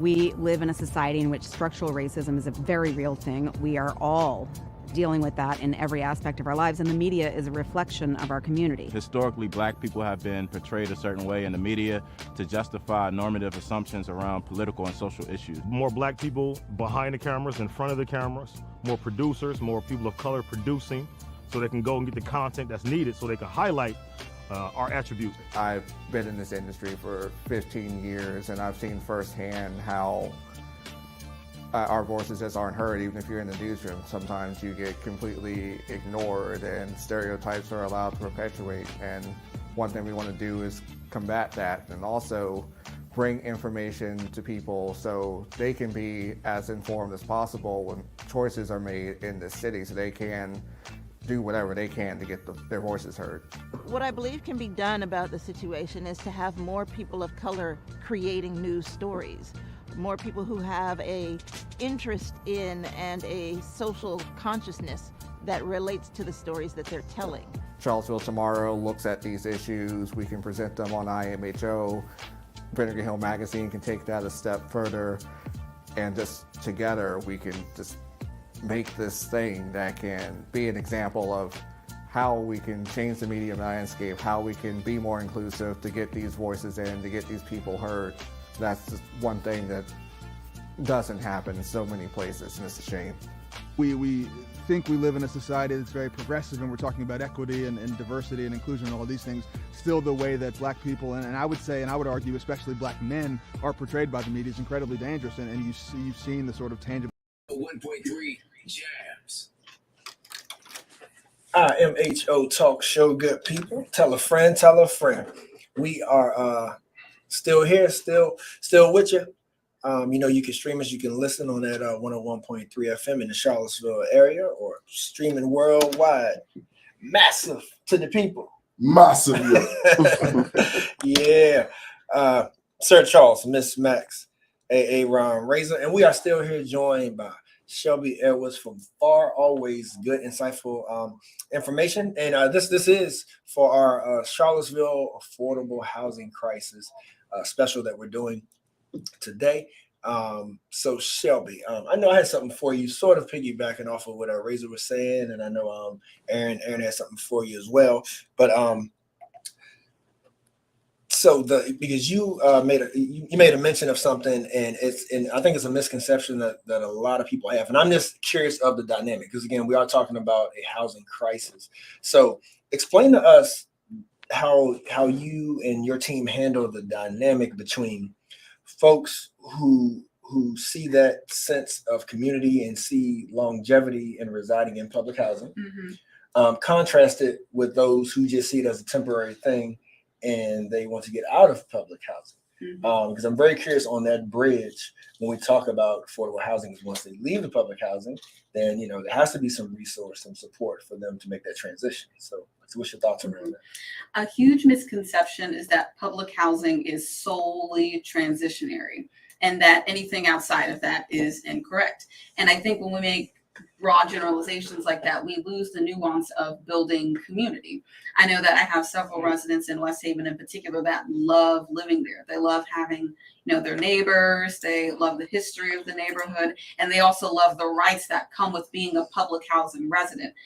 There's a HUD regulation called 24 CFR 964. I'm not going to spiel about the whole thing, but it says that public housing residents have the right to organize. Now, how many people have the right to organize against their renter? Not that many people. And I think that for the folks that do want to stay in public housing long-term, who have a fixed income, that love the consistency of that, being able to stay in public housing is a huge gift to them. And I also just think more broadly that the government in many ways has failed public housing residents. I'm not going to go into the history of that right now either, but the government has. But I think there are many ways to continue to support folks who are in public housing by making sure that's resident-led and resident-centered, and making sure that resident-centered aspect means that if a resident does want to stay in public housing for forever, let them do that. Let public housing serve that resident. But if a resident wants public housing to be something that they live in for 3 to 5 years, their rent is going to be 30% of their income, what have you, that we allow them to transition when they deem it appropriate. How's that? And right? are there transitional? I'm sorry, Max. No, I was just going to say any type of programs in place that are offered to all of the residents to be able to make that determination and then have access to resources should they choose to transition out of public housing. Mm-hmm. See, this gets into a little bit more nuance than I think I'm prepared to answer, but CRHA is the actual owner of the property. We are more so the housing advocate. I will say within FAR's programming, we do have the FAR internship program, which is a paid civic engagement opportunity. And we work with CRHA, so the income that they receive from our internship program, it doesn't get counted for their rent, because it really is a training program where we teach residents about who are your officials, what does it mean to vote, how do you organize, how do you make sure that you're being an effective community member. And each year the interns have a different project. And actually one of our interns this year, she's helping FAR start a youth program. So keep on the lookout for that. We're going to build the next generation of youth organizers. How's that right though, Shelby? How's what right? I think you may have been thinking what I was thinking. As a whole, okay, now help me, because like I said, I'm not that smart, so I'm gonna ask a crazy question. But that's a setup, Shelby. Get ready. She knows. I know Max has my back. It's called the banana in the tailpipe, y'all. If public housing is set up for the public, and it's meant to help those that have limited resources, how can you decide to stop off and limit the amount of public housing that the community can use because you're comfortable at where you are? And the government, and on the other side, how can the city not increase their public housing so that more people can do what you're asking? So when I say how is that right, I'm not talking about the people that want to stay there and be comfortable, but I am also asking, so if the city sees that, and that has been brought to their attention, if the land can be built for these single family homes and these high rises, it can be built for more public housing so that the residents of the city can have a place to call home. Right? So that's when I say, how is that right? I mean, I agree. I do think the city should play a larger role in paying for rebuilding the public housing, especially given it was the city's fault that Vinegar Hill was destroyed to begin with. So I don't know if that answers your question, but not really, because phrase it again. Well, it's one of those things where somebody's gonna have to take ownership of something that's gonna hurt, right? Like, so if I'm comfortable at making $9 an hour and fitting the programs and getting all the benefits that come from, being in housing, I should have that right. If I want to use it as a stepping stone so I can go off and get my own single family home, I should have that right. But these developers say, okay, I want to come in and I want to add affordable housing to my non-affordable houses, right? We're running out of land. The city's footprint isn't growing. It's 13.3 square miles or something like that, right? And they're building up, and they're taking places, and they're taking homes from people, and they're building additional things, but they're not really helping. I don't think anybody is really helping the residents have affordable housing. Not what you do. Just outside of Outside, they're not helping. Like, I'm a business owner. I help myself. You know what I'm saying? I provide services. My smiles come at the cost of a hot dog, a hamburger, some French fries. You ain't buying that, I ain't smiling. You know what I'm saying? You know what I'm saying? So I can be rented. You know what I'm saying? But when it comes to these developers, and they're not sitting at the meetings getting fussed at because they're trying to figure out, they'd rather pay $17,000 an hour for these lawyers to find loopholes so they can build this and make their own generational wealth for their own families. So if I got to give you crumbs, so to speak, and let y'all fight over them while I do X, Y, Z in the back rooms, that's what I'm gonna do. So the intentions of these organizations are good. Who's in control of them is who's in control of them. And we don't really have a name to put on those people. Even the last meeting that we had, the great guests that we had were saying, we got a great president that came into UVA and is doing X, Y, Z, this, that, and other, right? ain't never been here. You know what I'm saying? Is it important enough for him to say what he's going, what his plan is? Or do I'm gonna give it to the boardroom and then y'all go out and y'all tell my mission? But if you tell it wrong, I ain't really held accountable for because I'm not the one that said it. These developers are doing the same thing. They're not there. They're not seeing what you need. They're not coming talking to your people and saying, look, what can I do to add value to your living experience? Because I'm going to build this anyway. They're not doing that. You know, email ain't none. So I commend y'all for what y'all are doing. I just wonder if y'all are on a treadmill. You know, everybody's moving, but they ain't going nowhere. I mean, someone's got to make history. Absolutely. I'm with you. I'm gonna fight right with you. And I'm not going to pretend like there aren't a lot of questions we don't have the answer to, because I promise you we don't. But we do know that we are on the right track. And I think that, you know, once Crescent Halls is done late this year or early next year, same with South First Street, I think we'll be able to see maybe not even the light at the end of the tunnel, but it'll feel like we're making some distance. Yeah. And Razor, the important thing for you, my brother, too, is that, because I get it. And I know Shelby gets it because she you know, she's born and raised here. But it's like we are jaded, right? You know, because like you said earlier, Razor, like there's a rhetoric that's happened time after time. But somehow, like we got to keep an eye on the prize. You know, as our grandparents said, because it's like Shelby said, somebody has to make history, right? So as long as we're holding them accountable, and the plan is right, and we see the needle moving, then I feel like we got to keep faith in that. No, we got to keep fighting. And I also think that, which I'm going to use this to segue, I also think that as organizers, it can be really hard to count the wins or the little wins because you're still focused on like that big picture. But I mean, look at, you know, the work my mom was doing like 10, 15 years ago. Absolutely. There was we didn't know what Crescent Halls was going to do, but we knew something needed to happen. And now 10, 15 years later, we're not where we need to be, but like I am of her likeness. I'm continuing her legacy, making sure that we're taking steps forward. You know, there's going to be Crescent Hall is going to be brand spanking new in a couple of months. So I think keeping track of that and also making time to celebrate wins, which leads me to on August 6th from 9 to 4:30.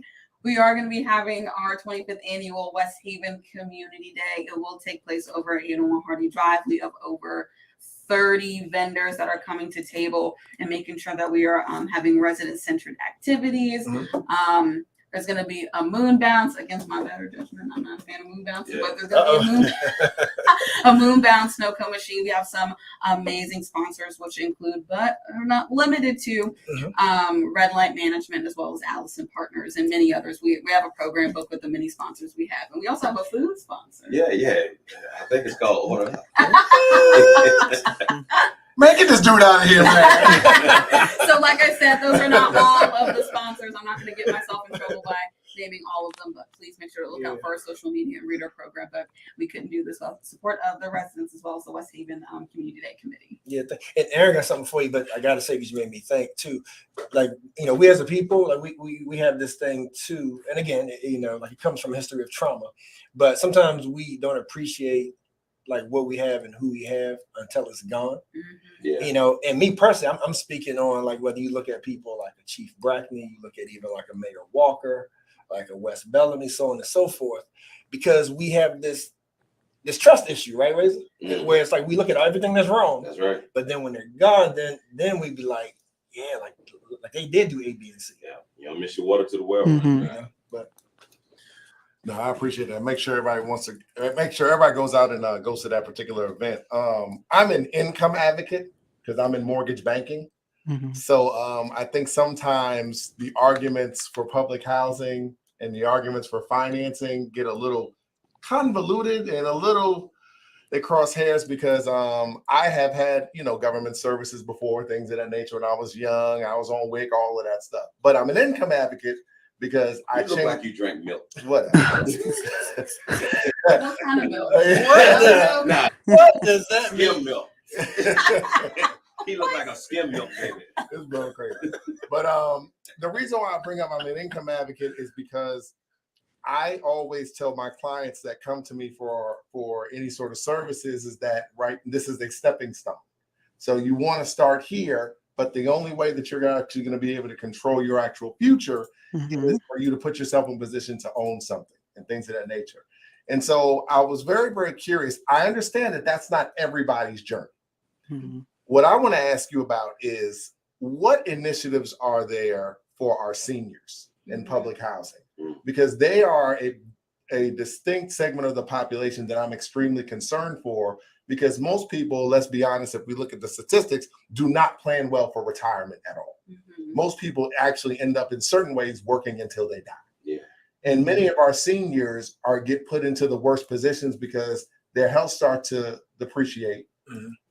Their income goes down because the government figures out a way, because we are not, as a community, I'm going to say this publicly, we're not educating our families properly on how and where to put our resources. So the government comes in and says, we can't have all that money. How are our seniors being protected in public housing to ensure that, because they're so vulnerable, that they should have housing? See, that's one of the things is that if somebody's going to have public housing, it needs to be the seniors, because their income years are gone.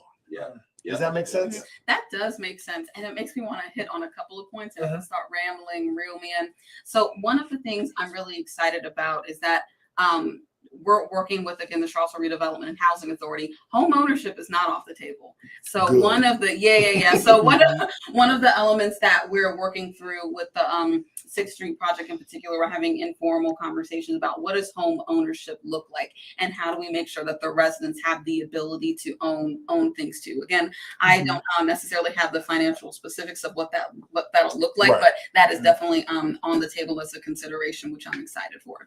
Dude, we touched. Oh, go ahead, Max. No, I was just going to say it's good to hear. I had a comment I wanted to make earlier, but I felt like we were transitioning out of the interview and I was going to let it go. But since Aaron pulled it back in, I'll go ahead and put it out there, which is that I have been a big proponent in the past of low-income housing being temporary, only because of what the opportunities that it would give the resident to be able to, potentially live in a different environment or own a home and create generational worth and so on and so forth. All those things that can come along with home ownership. But I did hear your comment about living in public housing or low-income housing being a right or a choice. I can understand that. I heard it a little bit differently today. I guess I used to work for CRHA a number of years ago, though, and so I saw kind of on the ground level what it really looked like for individuals to live in public housing and there be a lack of motivation. So being content with no work, being content not working, being content with receiving services from the government, being content with living in a certain environment, being content with, having certain things being directly accessible to your children, being, I saw what that looked like and how that really took people down, and just, created a lot of barriers for them to be able to pull themselves out of that. And so that was probably the main reason why I felt like this should be transitional. This should be a situation where you use it to get a leg up, to kind of get your life together, and then move on, so that the next person could come in and take advantage of the same type of resources. But I do, and I think a lot of people may view this the same way that I did, but I do hear that it should be an option. I guess what most importantly matters to me then, if we view it the same way that Shelby just explained it, is that all of the residents are being given an opportunity to see what's out there, to see what the resources are, to get any help that they might need, whatever that looks like, mental health, whether that looks like help with substance abuse, or whatever the challenges may be in their lives.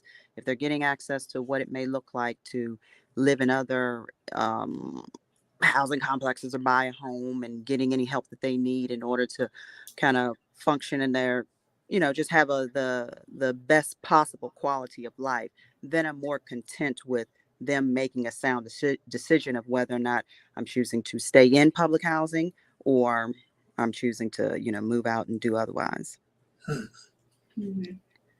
Again, a lot to unpack. I think that one of the first things, also, thank you so much for your thoughts. I think one of the first things that jumps out at me is this being content and comfortability. And I think, again, embracing the fact that comfortability is subjective. Now, obviously, I'll speak from me. Moving out of Charlottesville and living in Chicago for 2 years helped me expand so much of what I didn't know. So I'm not going to pretend like moving someplace can't help. But I also have seen a lot of my friends get taken out of the environment where they felt comfortable, and it was detrimental to their physical and mental health. And I think that giving folks the autonomy to be able to make that choice for themselves, make sure that they are holistically ready. And I also think that making sure that we know that there are a lot of public housing residents that work, but are we making sure that the job market is paying people appropriately? Like if you work at Aramark, like you're only working when the UVA students are here, and then that's like a whole summer of not having work. And I know quite a few residents that live there. So Aaron, you said something earlier about seniors and generational wealth. Again, we go back to the to that having rights and accountability. And when you're a public housing resident, you have a lot more rights and accountability than you would in many other facets. And I think that is something that we definitely need to hold on to. I also think that I hear what you're saying about Black people and generational wealth. I think during the pandemic, I went through a lot of different things, and I was working in the arts industry at the time, and I was humbled, and I realized then what I had to do in order to retire comfortably. And I had nothing but time to get on YouTube. So I can only imagine, growing up even like 20, 30 years before I was born. And because listen, I already know I'm not getting Social Security. I'm a millennial. I do not think that program is going to exist by the time I'm 67. Somebody else got your check. Okay. So I think, again, making sure that we all have a breadth of choices, and then the knowledge to be able to make those choices. And that's really the through line at FAR. It's making sure that we educate and empower our residents. We don't make choices for them, but we give them the tools. We empower them to be their best selves so that their outcomes are ideally the ones that that would be positive. Shelby, before we transition, I know Charles might have a finish wrap up, but are there protections for seniors at certain income levels or at certain age levels to make sure that they are not removed from housing? Like, does that even exist? Because that's something I always wanted to know, is that how are our grandmothers, our aunts, our grandfathers, are they protected with public housing? Does the government have something to protect them? So the way public housing works on a very general level is that it is a portion of your income. So if you turn 88 years old, you can't work, then your minimum rent is going to be something affordable, something that's reasonable. And it's not like, at least with this housing authority, you are owed a grievance. If you get like kicked out or you get an eviction notice or whatever, we have a current housing authority that generally speaking will work with you. We have advocates like FAR. In most cities, they don't have a public housing association of residents. They don't have a RAB or resident council. And so they can reach out to us. They can work with the housing authority right now with the current housing authority leadership.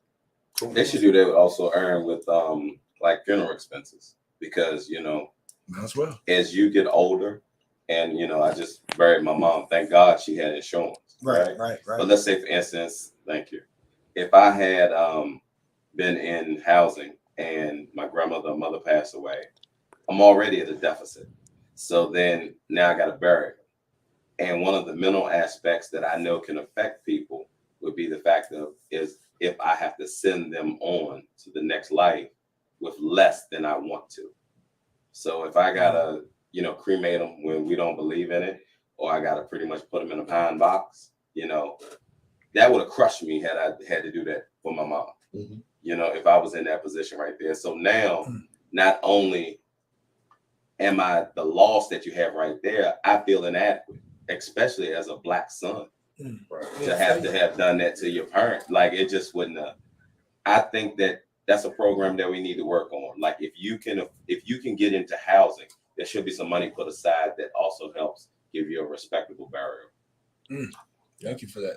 And Shelby, as we wrap up, definitely plug the event again and any other last words you may have. Of course. So Saturday, August 6th is the 25th annual West Haven Community Day. It's going to be from 9 a.m. to about 4:30. We're so excited to have different performers. Like I said, we're going to have physicals. It's going to be a really exciting day to celebrate community and to celebrate all of the things that make, Charlottesville, but in particular, West Haven.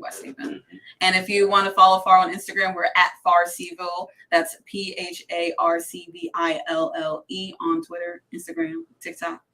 Keep up with us and also our impact in the city.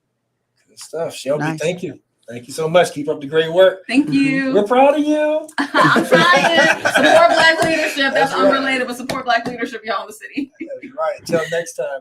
Hey, fam, we're at the bottom of the second hour, so we will be joined. Don't want to miss it. We told you we got you, family. The mayor Lloyd Snook is next up for the last hour of the show. Tell a friend.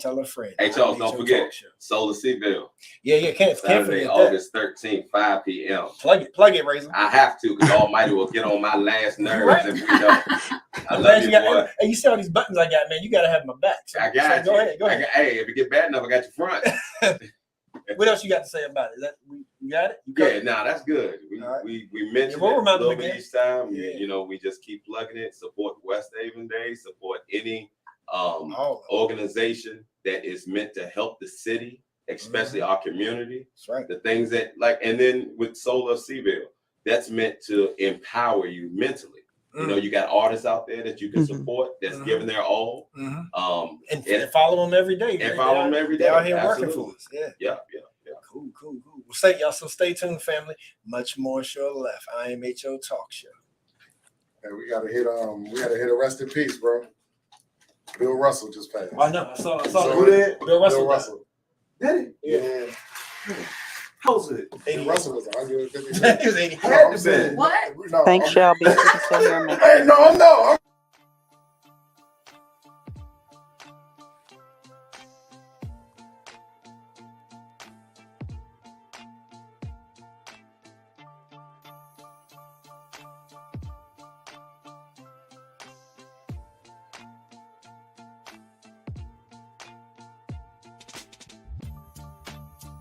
We live in a society in which structural racism is a very real thing. We are all dealing with that in every aspect of our lives, and the media is a reflection of our community. Historically, Black people have been portrayed a certain way in the media to justify normative assumptions around political and social issues. More Black people behind the cameras, in front of the cameras, more producers, more people of color producing, so they can go and get the content that's needed so they can highlight our attributes. I've been in this industry for 15 years, and I've seen firsthand how our voices just aren't heard. Even if you're in the newsroom, sometimes you get completely ignored and stereotypes are allowed to perpetuate. And one thing we want to do is combat that and also bring information to people so they can be as informed as possible when choices are made in this city, so they can do whatever they can to get their voices heard. What I believe can be done about the situation is to have more people of color creating news stories, more people who have a interest in and a social consciousness that relates to the stories that they're telling. Charlottesville Tomorrow looks at these issues. We can present them on IMHO. Vinegar Hill Magazine can take that a step further, and just together we can just make this thing that can be an example of how we can change the media landscape, how we can be more inclusive to get these voices in, to get these people heard. That's just one thing that doesn't happen in so many places, and it's a shame. We think we live in a society that's very progressive, and we're talking about equity and diversity and inclusion and all these things. Still, the way that Black people, and I would say, and I would argue, especially Black men, are portrayed by the media is incredibly dangerous, and you've seen the sort of tangible violence that it's led to over the past year. The community can support the SIM project by first and foremost giving us an opportunity. We understand that it can be difficult to give trust right now, especially considering the current social and political environment. But this project will only be as successful as the community allows it to be. And so we ask you to give us the opportunity to do the work, critique the work, and make sure that we stay in line with the vision. Another way that the community can get behind the SIM project is through engagement. We want to hear from you. We want to know what you're talking about. We want to put your stories out there. And so whether it's reading the articles written by Charlottesville Tomorrow or Vinegar Hill Magazine, or tuning in to In My Humble Opinion on Sundays on 101.3 Jams from noon to 3 p.m., either way, we want you engaged. We want you to be part of this. The community can also support the SIM project through funding. To learn more about how to support SIM, you can visit our website. Thank you for your support.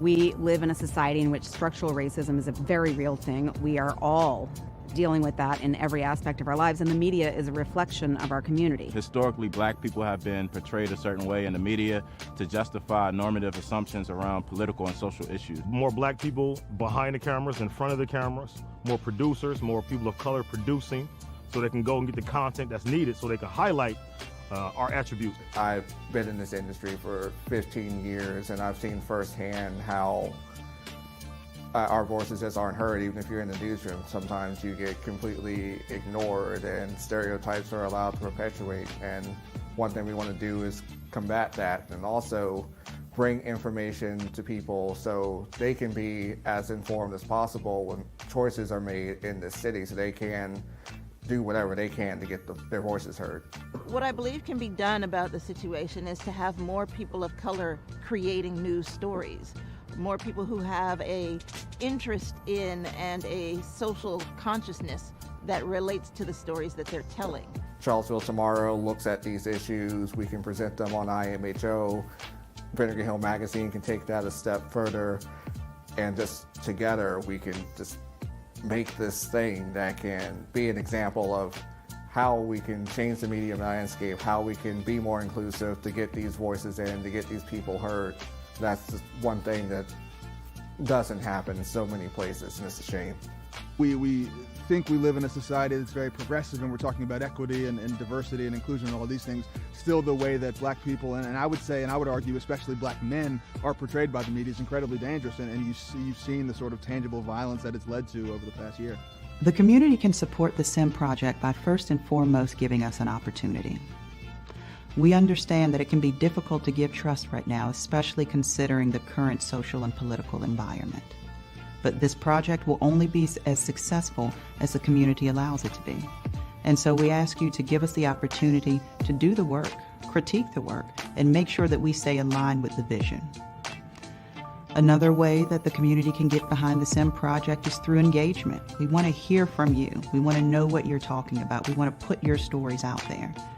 And so whether it's reading the articles written by Charlottesville Tomorrow or Vinegar Hill Magazine, or tuning in to In My Humble Opinion on Sundays on 101.3 Jams from noon to 3 p.m., either way, we want you engaged. We want you to be part of this. The community can also support the SIM project through funding. To learn more about how to support SIM, you can visit our website. Thank you for your support.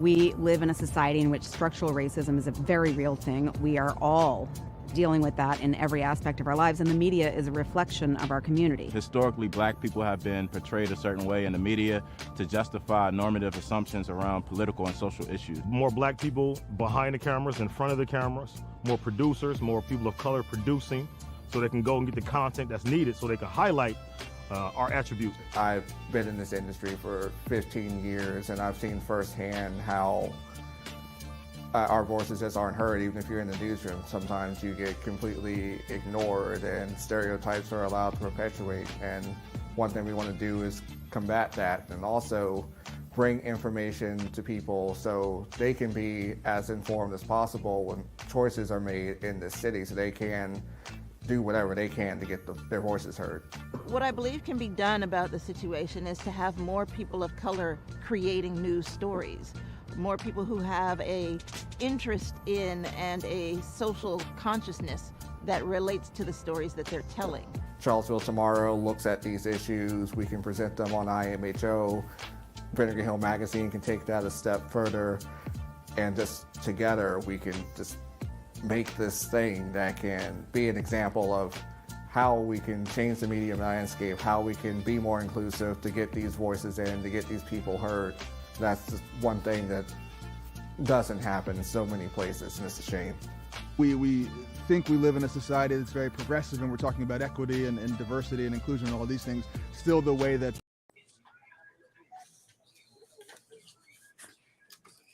IMHO Talk Show. Sir Charles Razor, Aaron. We're here like we never left. Did you mention Maxine? Because the queen, Miss Max, is definitely always a part of the show. But we're gonna hold it down for this one. Oh, I got you. Okay, my bad. So, hey, look, I couldn't even catch him, Charles. I couldn't even catch him. He did it so fast. The slow bus was rolling. Yeah. No, you was driving. I was driving. I was in the room. Hey, Lord, it's hard to laugh at it. It's like, the classroom with two people. Yeah, I was just in it. So it was a classroom of one. My bad. Yeah, Razor and I were in PE. You in class by yourself. Oh, yeah. How y'all getting PE? How he getting PE? No, we wasn't in PE. Charles was PEing on himself. I was in class by myself. I ain't going down with y'all. I'm back to my normal self. Oh, my goodness. All right, let's roll. Let's go. Yeah, business as usual, as you see, Mr. Mayor. Business as usual. So as promised, family, we keep the hits coming. We are just delighted right now because since we've been on air, Razor, 2016, right, 6 years strong. We've had the privilege of being able to reach the heart of the city, right, in every crescent, in every nook and cranny, and when our next guest accepted the invitation, we were just so delighted because for one, we wanted to make sure that we were able to keep that line of communication open with the city, and so we're just delighted right now to have on the special today this focus on the Charlottesville housing crisis, none other than the current Cville mayor, Mr. Lloyd Snook. Mayor Snook, thanks for joining us today. Glad to be here. Thanks for having me. Thank you. And the way I want to start this, and as we said, of course, our listeners have chimed in, like they just want to know how your stint has been going so far on council and as mayor. And of course, there's some hot topics that definitely want your feedback on, in addition to the housing. But first, I want to give the floor to you to sort of formally introduce yourself for those who may not know your background, for those who may not know the work that you've done in the community. I want to give you that time to start off. I appreciate that. I always tell people I'm the old white guy in the room. You are this time. Certainly this time. But I'm 69 years old. I've lived in Charlottesville since I was 8 years old. Moved down here in 1961. My father was a professor at what is now the Darden School. Okay. So I'm fourth grade in Venable School and going through Venable and then Walker and then Lane High School, graduated in 1970, went out to Stanford, spent 4 years at Stanford and 2 more years working as an investment analyst. And then I decided I did not get my jollies out of making rich people richer. And so I went to law school and University of Michigan, still Charlottesville, I was considered my home. Came back to Charlottesville. We got married. I married my wife, whom I met in law school. She was one of my law school classmates. Met her first about 2 weeks of law school. and we dated throughout law school. Got married on May 12th of 1979. Graduated May 12th, 1979. Got married May 13th, 1979. And then came down. That's a busy week. And it was a busy week indeed. And you know, and it wasn't playing. And my last exam was May 11th, 1979. Wow. So yeah, it was a busy time. I came down here, and I've been in private practice in Charlottesville ever since 1979. Sheila joined me in practice in 1989. She had spent about 8 years in the city attorney's office. We have 3 kids. We sent them all to Charlottesville schools, from Greenbrier to Walker to Buford to CHS. They're now grown and gone, and we have 1 grandson and a granddaughter on the way literally any day now.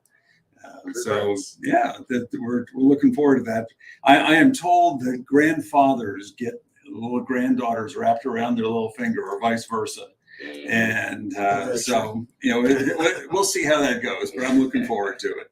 But I've practiced law in Charlottesville since 1979. I started off doing death penalty defense work. It wasn't the only thing I was doing, but a big part of it, doing essentially pro bono work, where one of the important issues that I was raising from the get-go was the racially discriminatory application of the death penalty, including taking a case up to the U.S. Supreme Court in 1985, a case called Turner versus Murray, where we got a ruling from the court that reversed Mr. Turner's death sentence on the ground that the jury had been improperly picked because of failure to accommodate issues about racial discrimination and so on. So that's been an important part of my background. I do mainly criminal law, also plaintiff's personal injury law, also write a few wills, settle a few estates. So that's basically me. I decided in 2018 that I was going to run. In 2019, I ran for city council. In November of 2019. I've been on council for the last 2.5 years. All right, good stuff. Good stuff. Thank you for that. Thank you. So I think, just in the flavor of the show, before we get to the other topics, we can continue with the housing piece. So, like there's so many questions and comments that have already come in for you. But I guess like I'll allow you to kind of help us set the table. City council's role in this, and whether that be the history that is played that's led us up to now, to what the goals are. Right. And then maybe we could tackle it from there. But when it comes to a housing crisis, when it comes to everybody saying the cost of living in Charlottesville is too high, what's your approach as mayor and council? Like I said, the history up through your goal. Okay. I think it's important to use, maybe you ought to just use 2 different sets of terminology. Affordable housing, housing affordability. They sound like they're the same thing, but they're not. Right. Affordable housing means something under federal law and state law and local law. In terms of, we think of 30% of the area median income, or so-called AMI. 30% AMI is we're talking about housing that is affordable for people who make roughly $30,000 a year or less. Then we also have some 60%, 70%, 80% AMI, and so on. And that's how we measure so-called affordable housing. There is beyond that, though, a larger problem, what I call housing affordability, which is that even for people who are making 100% AMI, which would be 100,000 plus, or $150,000 a year, they can't find any place to live in Charlottesville either. Exactly. And we confuse the terms if we use the same term of affordable housing for both. True. So that's why I want to distinguish between the 2. I appreciate that. They're both important. The example that I give, and I went to Stanford, I know Palo Alto, California. Palo Alto is this example of what we do not want to become in Charlottesville. Give you an example. The median income in Palo Alto is $160,000 a year. The median house price to buy a house is $3 million a year. The median 2-bedroom apartment is $3,000 a month. It's 93% white and Asian. The Black people, the Mexicans, the Hispanics who actually make the city run can't live in Palo Alto. We don't want to be that kind of a city. We want to be a city. And I have to say, this is not a view that everybody adopts, but it's the view that council has adopted to say, we don't want to be that kind of a city where the people who make the city work can't afford to live here. We're headed in that direction, and we're trying to figure out what can we do to pull us back from that. The only thing we can do, the only way, I mean, there are all kinds of other programs we can have, but ultimately the bottom line is you can't stop the rise in housing prices without having more housing. You just have, I mean, you think about law of supply and demand. We've got a lot of demand. We don't have enough supply. What's the answer? More supply. That means more apartments. It means more duplexes. It means perhaps smaller lot sizes. It means that you don't become basically, an entire city that is half-acre lots and single-family residences. And so what we've really got to do is to figure out what we need to do to tackle both affordable housing, the 30, 80, 50, 80% AMI people, and also housing affordability. They are related. There's a basic principle of economics that basically says, I'll give you an example. Let's say I can afford to buy a house for $300,000, but I can't find a $300,000 house on the market. I may go buy a $200,000 house and put money into it to get what I want, but that means that somebody who could only spend $200 on a house can't buy a house. And so that's why, we can talk about housing supply for the people who make a decent amount of money, but that's still going to have an effect, not a huge effect necessarily, but an effect on the folks who are in lower market classes. So what brought on the change? Well, because it wasn't always that way. Not at all. No, I'm not from Charlottesville, and I haven't lived in Charlottesville. I just recently moved here, so there was a time where when I hear the stories about the Vinegar Hills and everything, so there was ownership for all people here. People actually had homes. So if we don't know, it hasn't been explained to me, let me say that, where the change came in. It seemed like I heard people use the default of, well, nationally, this is what's happening. But in order for it to be nationally, it had to start off in somebody's locally, right? So what was it that actually made the change to where the people who had homes couldn't have homes? Is it the taxes? Is it the repossession of houses? When somebody dies off and the name the ownership deed can't be transferred into one to another? I mean, is it because somebody didn't write a will? Like, what happened? Because if we don't solve that problem, regardless of how many homes or apartments you let in here, which homes could be condos, apartments could be condos so people can still have ownership instead of looking at it as a renter's nation, as Ann showed me. If we don't figure out what that is, we're destined to repeat it at a later date. So in the 1980s, when I was on the Planning Commission back then, in the 1980s, we did a whole task force on the question of housing and home ownership. And the specific question was what could we do to increase the number of people who could own their own homes in Charlottesville? And what we really found when it came right down to it was the single most important variable was the population of the students at the University of Virginia. Because UVA's name pops up a lot when it comes to problems. Well, and what happened was that, let's say, I'll take 10th and Page because it was the thing that the place we were talking about most at the time. 10th and Page was the neighborhood that's perhaps closest to the university. And mommy and daddy in Fairfax would come buy a house in 10th and Page so that their son and their son's buddies could live in a house in Fairfax and then in 10th and Page. And then they could profit from the natural growth that comes from owning rather than renting. And so we were trying to figure out what can we do that would stop that kind of speculation. And ultimately, the one thing we came up with was what we called at the time R1A zoning, it's now sort of R1S zoning. The idea was still that we were going to have all these places down in 10th and Page used to be R2, meaning that they were places that could be converted into a duplex or some larger number of people without even having to ask. Just go ahead and do it.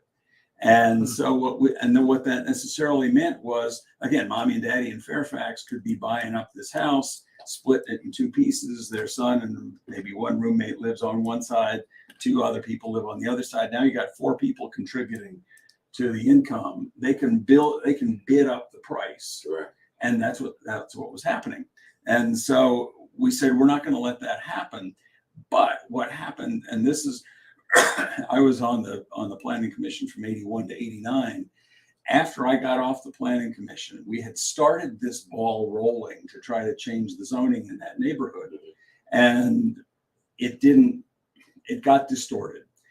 Starting about 1990, 1991, the folks in Belmont and the folks in the Locust Grove neighborhood and so on were saying, well, you've got these protections to reduce the number of people who can live in a house. We want those protections in our neighborhood also. But the reason for it to be something we wanted in 10th and Page did not apply in Belmont. It did not apply in Locust Grove. But council went ahead and did it anyway. And I say I was off the planning commission at the time. They went ahead and did it anyway. And the result is that we've now got a situation where most of the land in Charlottesville that is even available for residential zoning is available only for single family zoning. And in most places in Charlottesville, you can't have a duplex. You can't rent out, for example, I couldn't rent out the basement of my house if I wanted to have somebody else come in to help pay the rent, for example. And so there are a lot of seniors. You said certain parts of Charlottesville. Is that what you said? Most of Charlottesville. Okay. So, for example, almost everything north of the bypass is R1 zoning. If it's R1 zoning, you can't have a second unit in there. Even though they have large lots, they have wide streets, they have plenty of room for parking. All of the things you would look at that would say, this is a place we could have more density, we're not allowing it. So that was something against Mexican and Black people? Not specifically.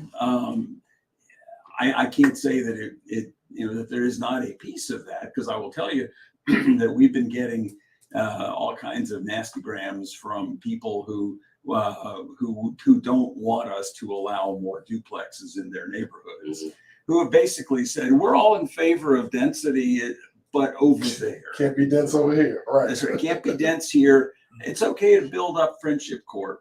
It's okay to build up West Haven. Just don't build up Blue Ridge Road. No, so they believe in segregation. I'll say it for you. No, that's my job. That's what I do here. Yep. And so that's what we get into. And I've tried to say to them, do you realize what you sound like?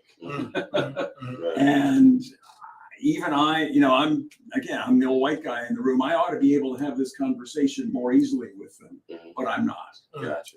So, and what you're saying, like, that's more about the development, though, right? Because to my knowledge, there are folks who own their property and then they rent out downstairs or a room to people. Well, there are a few places where they can do it because it's been done for so long. It came before the zoning ordinance.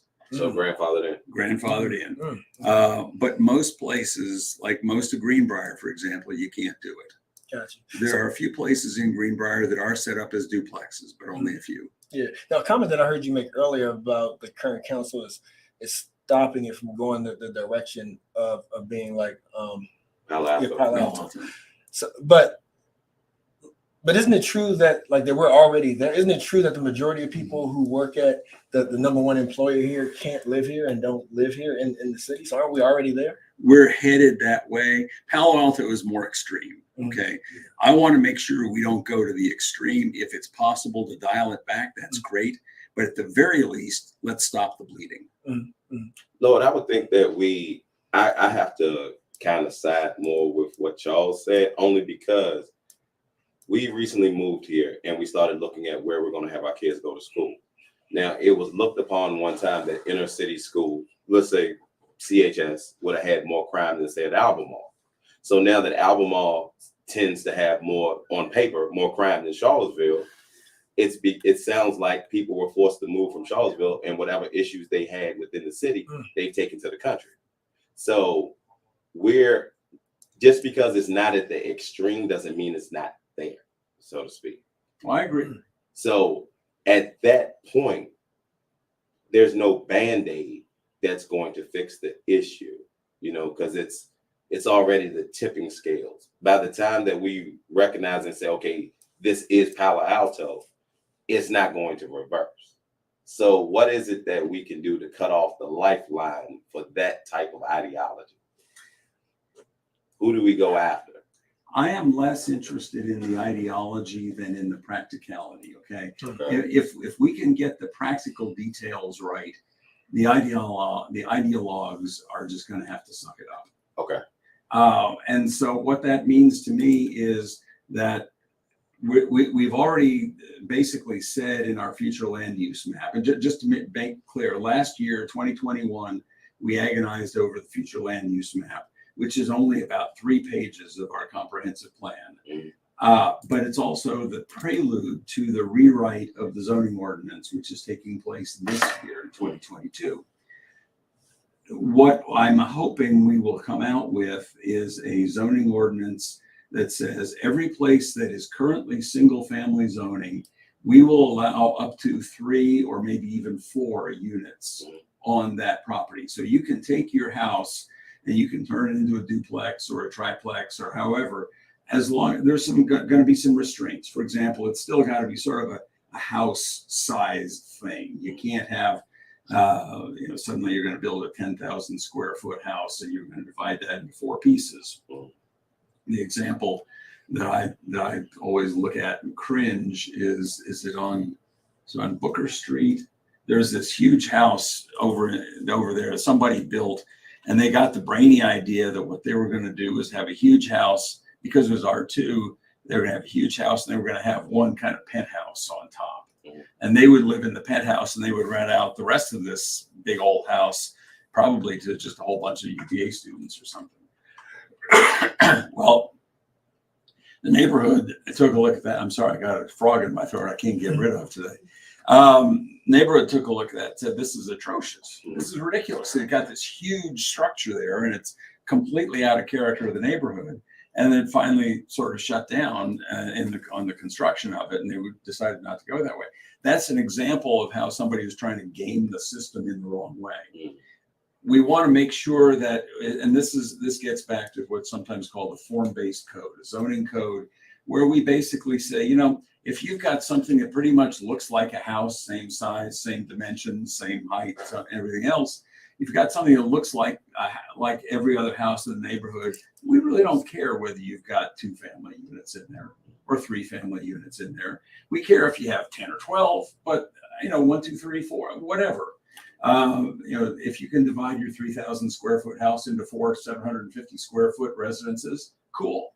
So the idea is that we're going to have more density. It's going to look very similar. It's not going to change the physical characteristics of the neighborhood.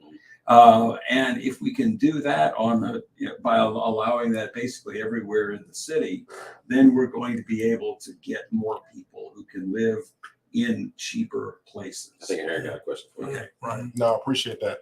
So I'm actually happy you brought up the California example, because I think many times many cities in the United States, and these guys know where I'm going, it's like they think that can't be us. And like, as you said, you're kind of right there.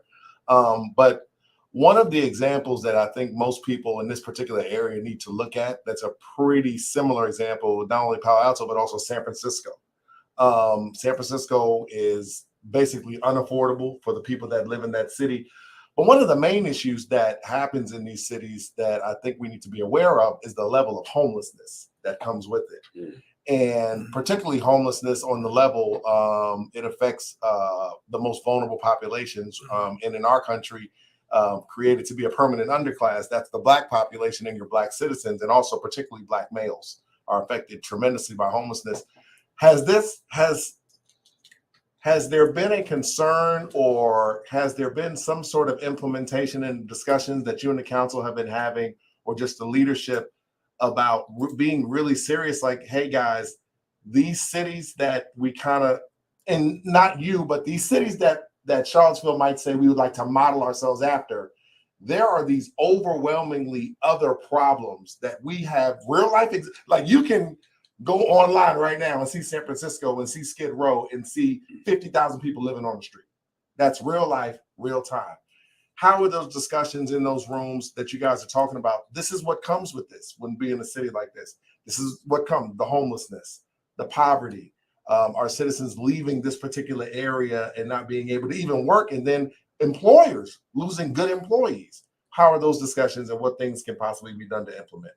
Well, so the problem of homelessness is sort of the third leg of this, in addition to the affordable housing affordability piece. The people who can't even afford to be in anything, right? And that's the homeless population. Of course, it was probably 10 years or so ago, we built the crossings at 4th and Preston. There was a proposal to build what we've sometimes branded Crossings 2 that hasn't ever gotten quite off the ground. We've got it used to be a hotel, the Premier Circle, out on 29 now. The proposal you said that never got off the ground, is that something that can be brought back, or what was the reason that's been? Is there a particular reason that's been held up? Is it been zoning, funding? But we cut checks for everything else. Well, builders coming in every day. But that's something where it's basically state funding that kicks us into the doability. And is it limited to state funding though?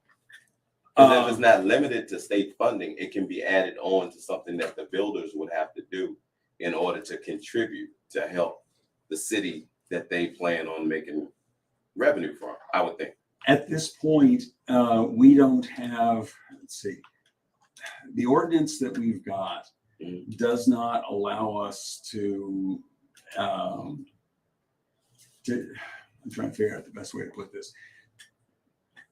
We have a zoning ordinance that allows us to give people, to give developers the ability to build and to increase the density of on the parcel. In return for that, they have to either have affordable units on the spot, or they have to put in a fair amount of money into a fund.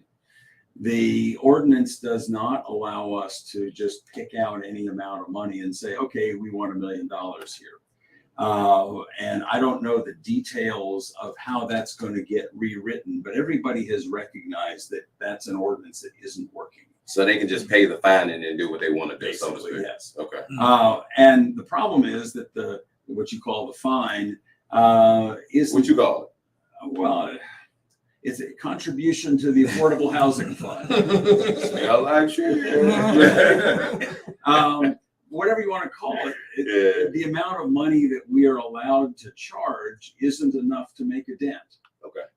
And so part of what we've got to figure out is whether, if there's not going to be any state funding, for example, to go into the Crossings 2 proposal, where are we going to find that money? And we're talking not 1 million, 2 million, we're talking 10 million or more. And so that's an issue that we haven't figured out. We've got a couple of people who are supposed to be working on it. We've got it's now the Blue Ridge ACH, Coalition for the Homeless or something. We've got people in city government. I know Ashley Marshall, Deputy City Manager, is really working on that and trying to figure out what we can do to bring resources together. But from council's perspective, right now, I want to get the zoning ordinance fixed. And so if we can get it fixed in this rewrite that's happening right now, then maybe we can give ourselves some power to make some people do some things we want to have happen. Okay, that's very important because we're about to break it, but I wanted to sort of close the housing conversation and we can get to the other topics on the other side of the break. But I wanted to try to wrap it up with you giving us like that big picture, and I think you alluded to it. It sounds like that may be sort of number one on council's list, like to tackle right now when it comes to housing. Because I'm curious, when you're talking about permits or rezoning, even like closing the loopholes for developers so that the ones who are making money hand over foot have some sort of stake in subsidizing, whatever you want to call it, affordable housing, instead of it being something like dirty market and then right behind it, we were talking about 10th and Page again, and right behind it there's luxury condos. So please let us know, like besides what you just mentioned, sort of like what does that picture look like for council right now? Like when we think about those things that we need to address, like whether developers, zoning, whatever it may be. Well, again, the part of the problem is that the zoning ordinance, as it is written right now, doesn't give us very much room to maneuver with them. It does not allow us to say, okay, you have offer, and I'll give you an example of the specific thing that ticks me off. We will say you can do this project, but you've got to have 3 units in there that are going to be affordable, and that would be affordable for a period of 10 years. Well, if you figure out, first of all, affordable for 10 years isn't really much, because 10 years from now, those units go back to market rate, and then what have you got? You got nothing. If you do the math in figuring out return on investment and all this kind of thing, it's a rather detailed calculation, but depending on the amount of money, the percentage or rate of return that they think they're going to be making on their project, it turns out that there's just not that much difference between making something affordable for 10 years and making it affordable for 30 years. And there's not that much difference between making it affordable for 30 and making it permanently affordable. Okay. And so, but we don't have the power right now to insist on more than 10 years of affordability. Is this considered a crisis? Yes, absolutely. Well, then the pandemic should have shown us that y'all don't have to go by all the rules set in stone. When the pandemic hit, they made all kind of rules and regulations where they passed out money. So if this is truly considered a crisis and not just a word attached to a situation, then be binded by anything. Well, except that we are still bound by state law. And state law, what happened with a lot of the money we were handing out through the CARES Act and the ARP and all that other stuff, the federal funds, it's federal money, not state money, number one. Number two, because we're a Dillon rule state, where we can only do, localities can only do what the state government has allowed us to do in the way the state government has allowed us to do it. We can't do things that go against the state law. Virginia is probably the strongest Dillon rule state in the country in that respect. Sounds like we need to petition for an amendment. That's interesting. That's interesting. No, the issue there is that the Dillon rule, if the General Assembly wanted to, the General Assembly could abolish the Dillon rule tomorrow. That's what we're always talking about. They won't. And the reason is because it means they lose power. And they're transferring power to the localities, and they don't want to do that. So and who we got vote out? All of them. I will tell you, Sally Hudson and Cree Deeds are right with us on this. But it's it's mainly Republicans, but not exclusively Republicans. An awful lot of Democrats say the same thing. Yeah. So there's nothing. So, but I still feel like that there's council can handle like who they allow in, especially like with development. Like I feel like there's more that could be done locally from at least that regard. Well, I'll give you an example, a very specific example of a project on Monticello Road. This is something that is still a hot topic. It came up first time in 2019 when a developer bought up an apartment complex and basically threw everybody out because he was going to redevelop it into something else. And when it finally came before council in 2020 on the project that he wanted to put in there, there was so much opposition. in theory, we're not supposed to base a zoning decision on we don't like you personally. We're supposed to base it on, you don't have enough sidewalks or something relating to the site. But there was a lot of opposition, and a lot of folks wound up saying, basically, we're going to find a way to say we don't like this project. Well, okay, so it got voted down. Came in a year later, same basic place, new owner. People said, basically, we're voting you down, kind of because it's still a bad taste in our mouths from the year before. Project has been changed again, is now made more affordable units and so on in this particular version. And it's going to be coming back up again for a vote in August. And we'll just have to see whether they've sweetened the pot enough. But that's a situation where within a limited range of what we're allowed to do, and there really is a very limited range of what we're allowed to do. Within that limited range, what can we do? How much can we push? And that's the issue. Right. Hey, Charles, just so I make sure I understood both of y'all, that you're bound by the state, a lot of the state rules that keep you from doing things, right? Correct. And UVA is a state organization, right? Correct. So while we're trying to fight for to be able to do or be able to say, because UVA is a state organization, they're not bound by the same things that you are, and they're able to buy up and make changes. Well, and particularly what happens is when they buy up land and they're owning it as the University of Virginia, we have no control over what they do.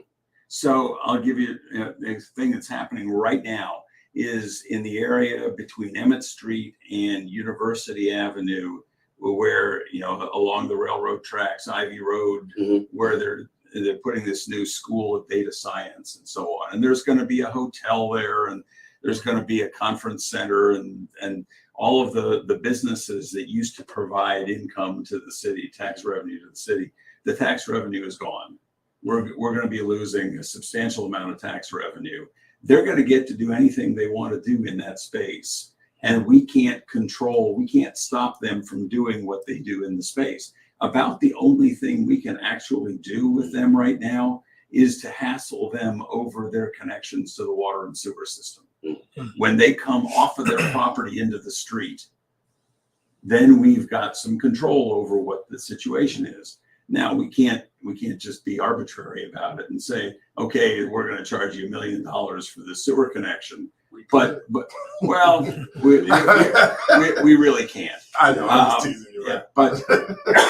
But that's the limit of what we can actually control. We will not be able to say to them, that's a mighty tall building over there. You really ought to cut that down to size. Right. That's not one of our options. Y'all gonna have to raise taxes, aren't you? Probably. That's sad. So while we're saying that UVA is here to help, they're doing things that force city council to make the people that you are your constituents your enemies, because you have to figure out a way to be able to take care of the city. Right. But ain't nobody saying things like that. Well, let me say this year we raised the real estate property tax by a penny. Plus, of course, there was about a 10 or 11% reassessment increase. We did not cut the car tax at a time when car assessment prices were going way high. We raised the meals tax by 0.5%. We didn't raise the lodging tax. That's about the only thing I can think of.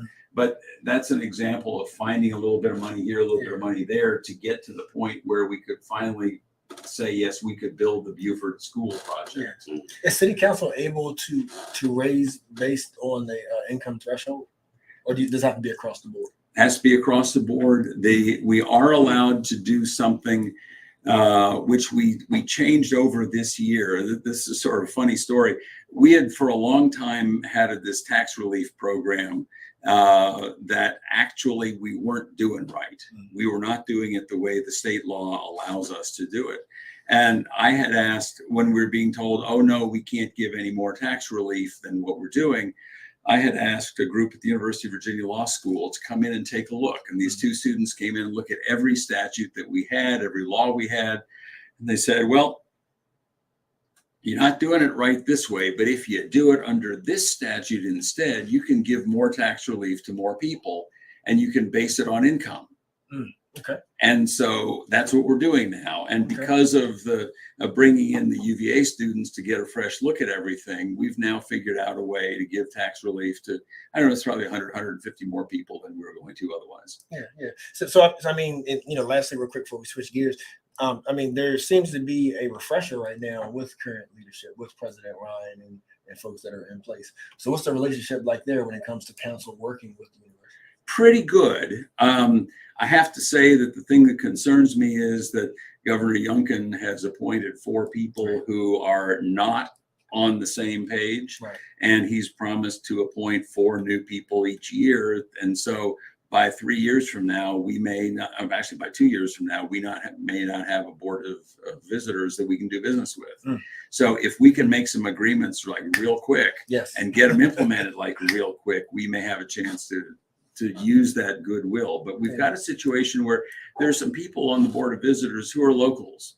LF Payne is a local, Jim Murray is a local. These are people who know Charlottesville, who care about Charlottesville, who want to see Charlottesville do well. We need to be making these agreements right now. Yes, good stuff. So family, we're gonna take a very quick break and come back to close out with Mayor Snook.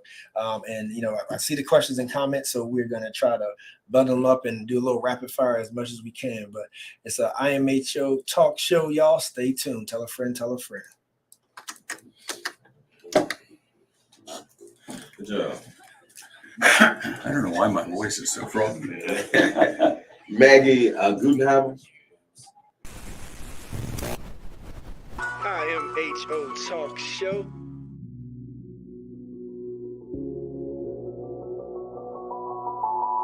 Sir Charles, Miss Max Razor. You're listening to In My Humble Opinion with Maxilia Robinson and Charles Lewis, only on 101.3 Jams.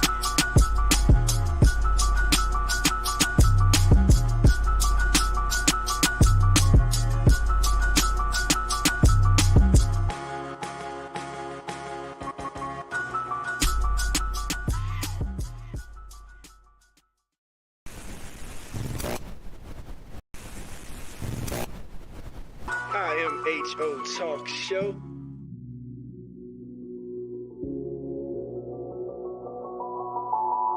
Sir Charles, Miss Max Razor.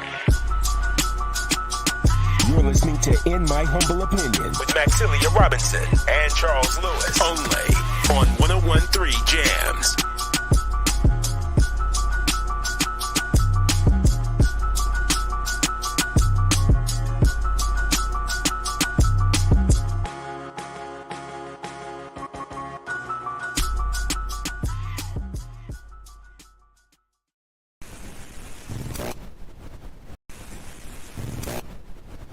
IMHO talk show.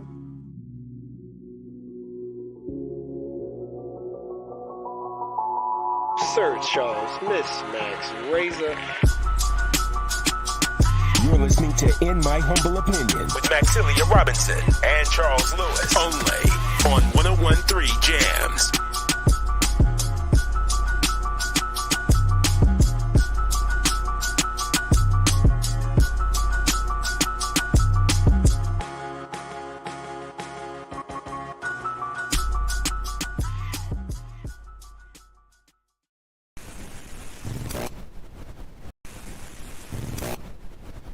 IMHO talk show.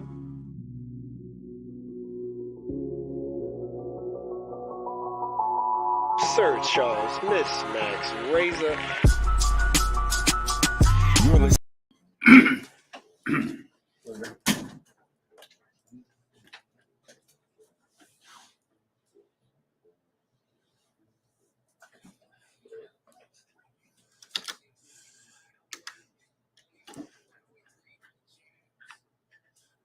IMHO talk show. Last 9 minutes of the show.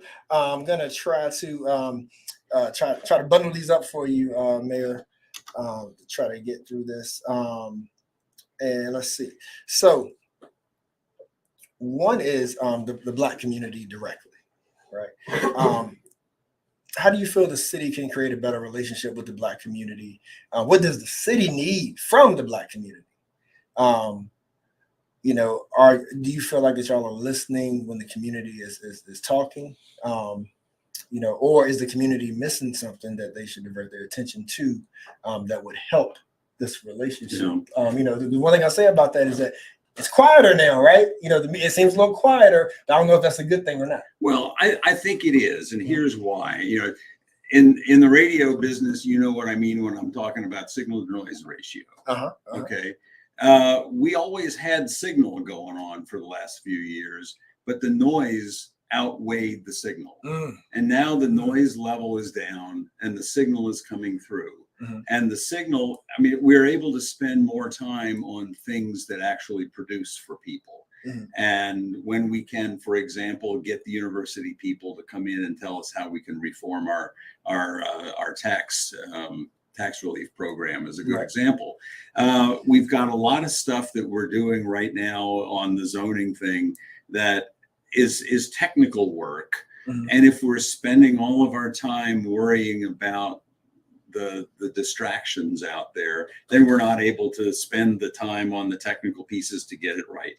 So the challenge, I think, in dealing, if you want to talk about the Black community, the first thing is to recognize, surely I do, and I'm sure you do too, that the Black community is not a monolithic thing. Absolutely. That there are an awful lot of different Black communities, communities within the Black community. And many of them already have a good way of reaching us. Some of us, frankly, don't. And how we go about getting everybody a chance to communicate with us. I mean, one of the things that I've tried to do is make sure I'm out there in the community as much as I can be. People know me. People will come up and they're certainly not shy about telling me what they think. And I've had people, you know, come up to me at festivals and things like that and just lay into me. And that's fine. Comes with the territory. Yeah, it comes with the territory. And I'm not afraid to defend myself, but I'm also not afraid to just sit there and listen because I know that there are things that I don't know. And I'm happy to hear them. Yeah. So what about the resources? Is also being asked. Like maybe like what's at the top of the council's agenda when it comes to providing certain resources? Like we just had Shelby Edwards, from FAR. So that's just one example. But what are some ways we feel like we can, more so engage resources within like community initiatives? Well, one of the things that we do that allows for resources into the community is something called the Vibrant Community Fund. And it's a way that nonprofits can try to get money from the city for doing certain things. We're trying to redo the Vibrant Community Fund process so that more entities, more nonprofits can participate. There's also going to be a big pot of money, probably about $1.8 million, that is going to be made available through federal funds that will also be available for nonprofits to do certain things. We are going to try to create and try to institutionalize one of the ways that we keep getting asked for money. People ask us, can you give us a certain amount of money to help with this festival or this street event or whatever? And we don't have a fund for that right now, but in the upcoming budget, we're going to. And we're going to say, let's say it's $50,000. I mean, it's not to say we're going to spend all $50,000, but at least somebody can say, okay, I now know if I come to council or if I come to the city manager's office, it doesn't even have to come to council, but we've got a budget line item for it. And so we've had requests recently of people wanting us to give a certain amount of money for this or that or the other thing. And council's answer is always, we don't have authority without it being without showing up in the budget someplace. So let's put it in the budget. Give you an example. West Bellamy, when he's putting together the Tonsor basketball league. Yeah, I was thinking that. Yep. He came to us and said, "Can you give us $7,500 because we want to have we need $7,500 to make our budget work?" And we looked around and said, "Well, we don't have a budget for this." But I called up the folks at Parks and Rec, and they said, "Well, tell you what. we'll buy his jerseys for him. Right. And all he's got to do is put a Charlottesville government logo, Parks and Rec logo on the jerseys. Right. And that's $8,000. Yeah. So we got him his $8,000 to solve his budget problem. But the important thing was we could find a place where we had the money allocated. Right. So we need to have some things like that. We're going to get those set up. Same kind of thing a few months ago, something at the Jefferson School. They wanted some money. But we didn't have a budget item for. Well, we found it. We found a place to put it. We're going to find a better place to put things like that. Yeah. So, all right. So another thing is A12 that's come up. Do you personally think that the city should do something in commemoration of A12, and how so? Personally, I do not, and I'll tell you why. I think what we ought to do is what we have been doing, which is to enable other people to do things for A12. The reason I say that, let me give you an example. I was approached recently by the deputy chief of mission of the Israeli embassy in Washington, who wanted the city of Charlottesville to have some kind of event around August 12th that talked about anti-Semitism. Well, for those of us who were here on August 12th, that event was about black and white. It wasn't about Jews and Christians. It wasn't about anti-Semitism per se. But when people started talking about, after the Buffalo shooter a couple months ago, and he had this big thing online, he was talking about Jews will not replace us. And all of a sudden, the national public attention was brought back to the Jews will not replace us from Charlottesville 2017. Yeah. And so he wanted us to basically join the debate on the anti-Semitism piece of it. But if I did that in Charlottesville, people look at me like I was nuts, because that's not the way we perceived it at the time. Yeah. And so if we try to tell what any of us thinks is the story, we're going to get a whole lot of people pissed off at us.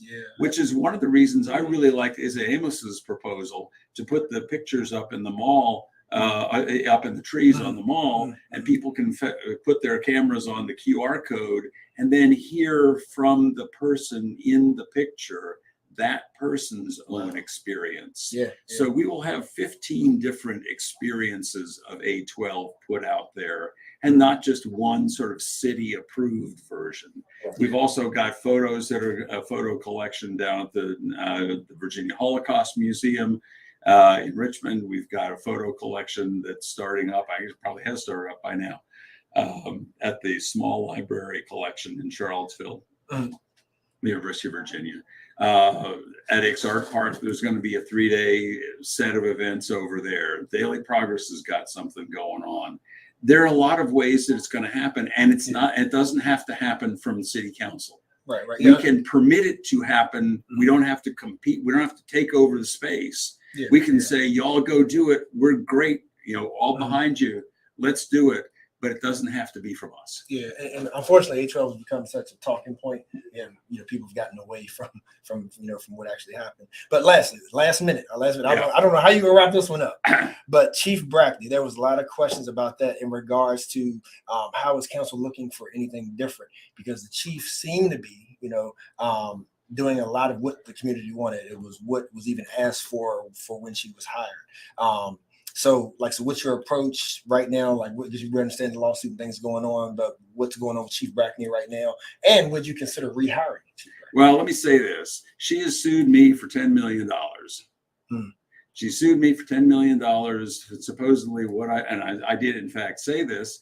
It said that the problem that we had was that a lot of the people that she had hired were also among those who were quitting.